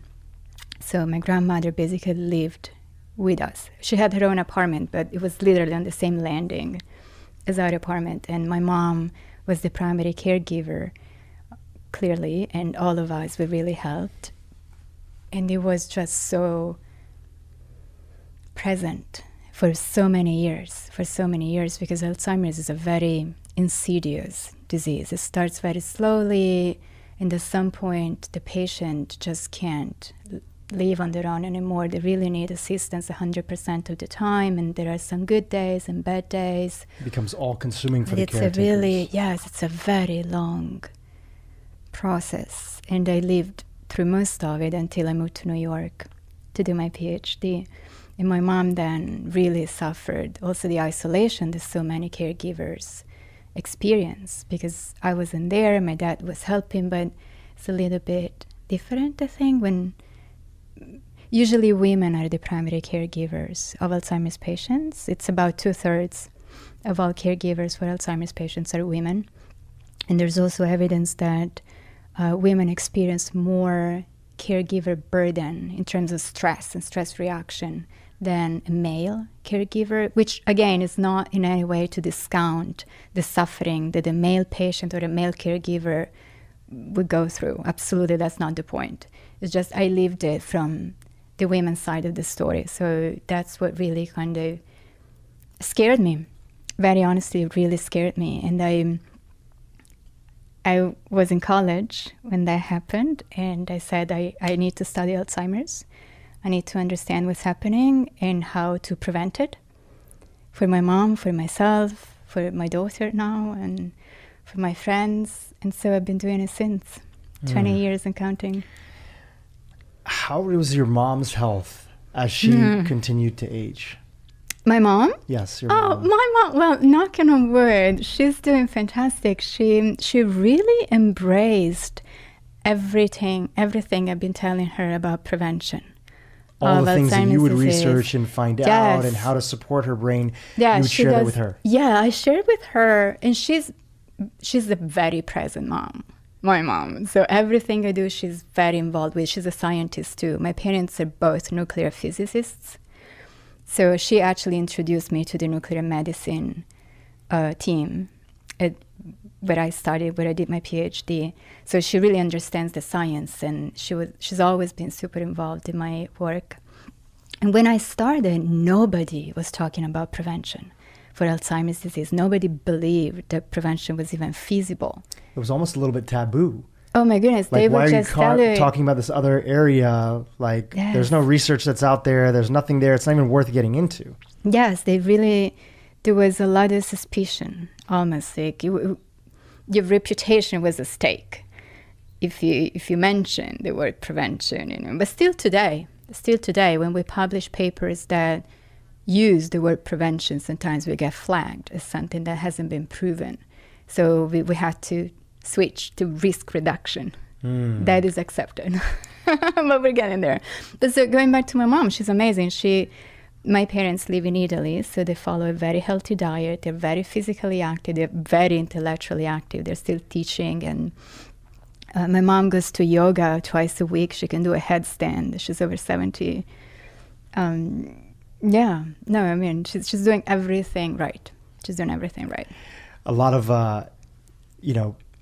younger folks go through the experience, especially if they're into health and wellness, that they start to read these things. And in your case, you're actually researching these things. Yeah. And sometimes it's very tricky to navigate how to best take care of your parents. And are they open-minded and will they listen? Yeah. To pivot real quick before we come back to the narrative, is there anything that you've seen that's been very useful that your mom is open-minded to integrating these ideas and thoughts that you have about prevention? Yes, I think the brain scans are really, I noticed that more and more people, including our own patients, they really feel more connected with their brains after seeing brain scans that show a difference, like before and after.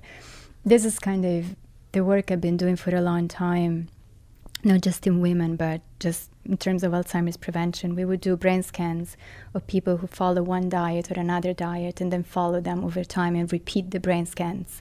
You can literally see how people on the Western diet, for example, their brains are just aging so much faster as compared to people who are on healthier diets. And it's very real. You can see just by eyeballing these brain scans.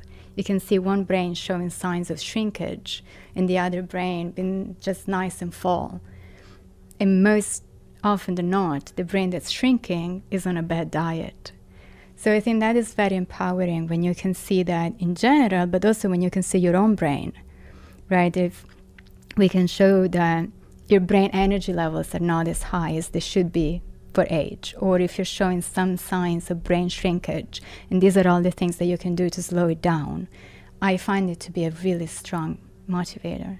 And in the context of your mom, did she get a chance to come to your clinic and do some of those scans? No, unfortunately, she just read about the research that you guys put out there. Yes, and I've shown her a lot of brain scans of our participants, but she doesn't live in the United States, so Right. a little bit tricky to do research on people who are not quite, I don't know.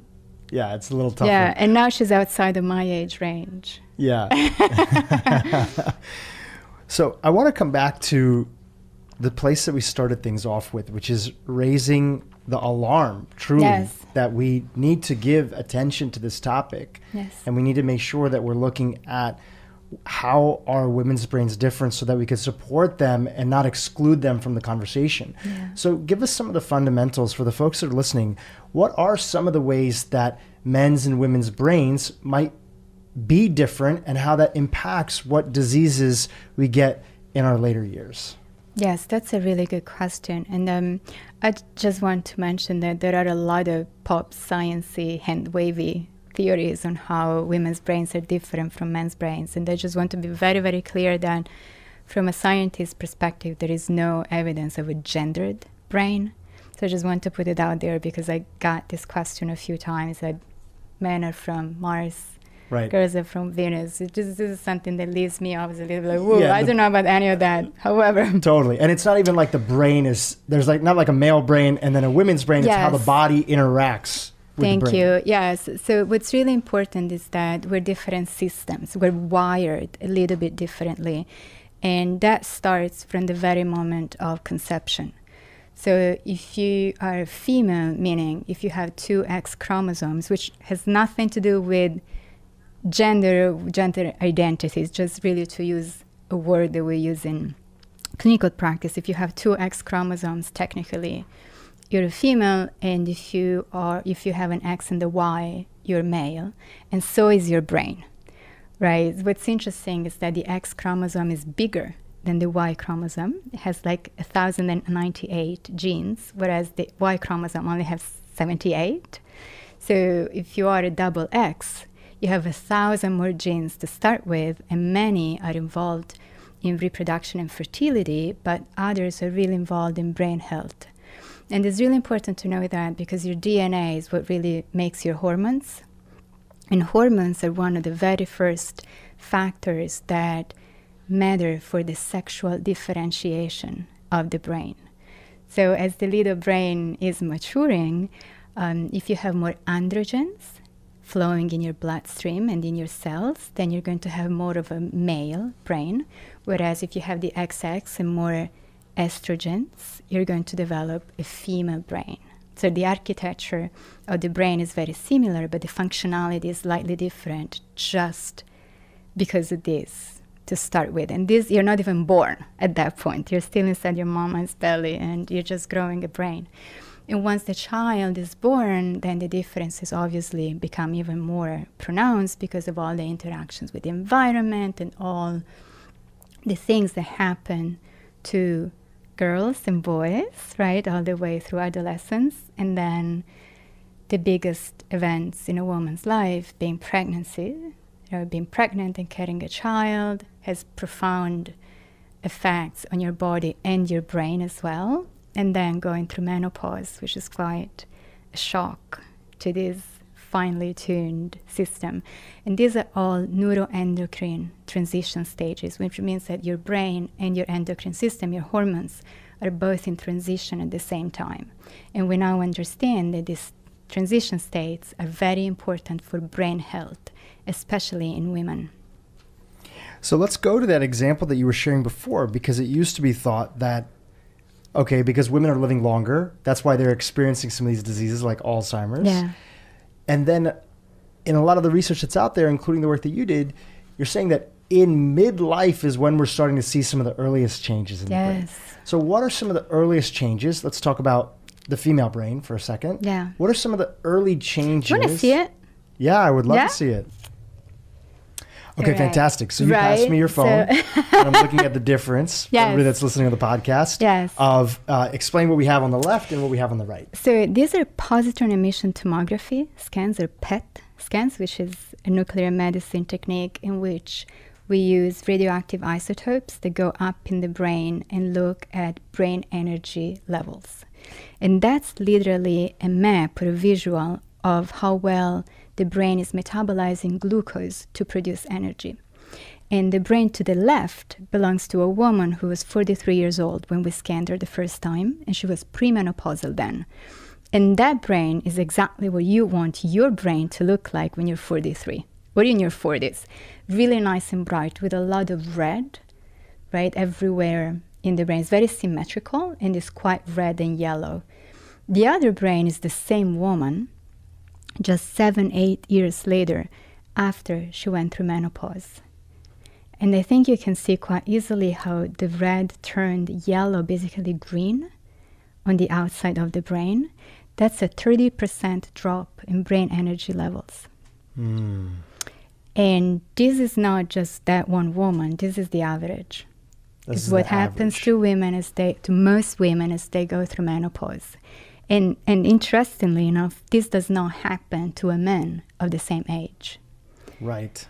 The man's brain looks more like the scan to the left and remains that way throughout midlife, unless, of course, there's always exceptions. But on average, men's brain energy levels are nice and high and pretty much consistent throughout midlife, whereas for women, there's a very marked change during the menopause transition. And we'll include the image in the show notes, and obviously for those that are watching on YouTube, you can see it. We'll splice it in. Patrick will throw it in the mix. So let's talk about that, because this is a perfect example of what changes over time. Yeah. So what happened from one scan to the next? What is happening in the postmenopausal state for women that is leading to less efficient ability to work and produce through energy in the brain? Yes. Well, a lot of things happen. The most impactful of which is that estradiol levels plummet. Estradiol is the most potent form of estrogen and is the number one hormone that we lose during menopause. Now, why is that important? Because we think of estrogens or testosterone as sex hormones, but in reality, these hormones have a very important function in the brain. They're not just involved with reproduction or having kids. They also serve a number of functions that have everything to do with brain energy. Estradiol, in particular, is a neuroprotective hormone, and we call it a master regulator in the female brain. So it's really involved in a number of functions, starting with energy production, but also in growth, plasticity, and even immunity. It really supports the immune system. So it's kind of a superpower that this hormone has, if you will. And once you lose it, the brain loses a very strong ally, right? It's like this hormone is energizing the brain, is keeping the brain young and plastic. And once you lose it, what can happen is that your neurons slow down because they lose energy levels and start aging faster. And studies have shown that this process can even lead to the formation of amyloid plaques or Alzheimer's plaques in women's brains as we go through menopause. And something that is important to clarify is that we associate menopause with the ovaries, right? We think of menopause as something that makes you infertile, like you can't have kids anymore, so it's your ovaries shutting down and retiring. But when women tell you that they're having hot flashes or night sweats or insomnia or depression or anxiety or brain fog or memory lapses, those symptoms don't start in the ovaries, they start in the brain. They're neurological symptoms. We're just not used to thinking about them as such. And this is really important for two reasons. Number one, because menopause doesn't happen when you're old. Menopause can happen any age between 35 and 60. And the earlier you go through menopause, the more severe these changes can be, or the harder on your body and brain the estrogen loss can be. So it's really important to start the conversation when women are younger, not when you are in menopause, because this is what we do. You wait until you are in menopause, and then the doctor tells you, well, these issues you've been having, you're in menopause, surprise. And then you're like, oh, what do I do now? Right? There's no understanding of why you have the symptoms that you're having, and there's very little understanding of what to do about it. So it's really important, I think, to just talk about it. And also for men, to just know that these things happen to women. They're not just complaining or making it up. Of course. It's not, of course. No, of course they're not making it up. Oh, is what I'm saying. Can you believe instead how many people think that they're making it up, or Absolutely. It's this, that. Of course they're not making it up. Something is actually happening in the body. And if you have a loved one, your wife, your mother, a cousin, family, friend, whatever it might be, this is why it's so important for men to be part of the conversation too. Hey YouTube, if you liked this video, you're gonna love the next one, all about a radical way to treat all chronic autoimmune conditions with my friend, Dr. Terry Walls. The leading neuroscientists are saying, we have to preserve your brain. Even if you take disease-modifying drugs, you're at high risk of developing early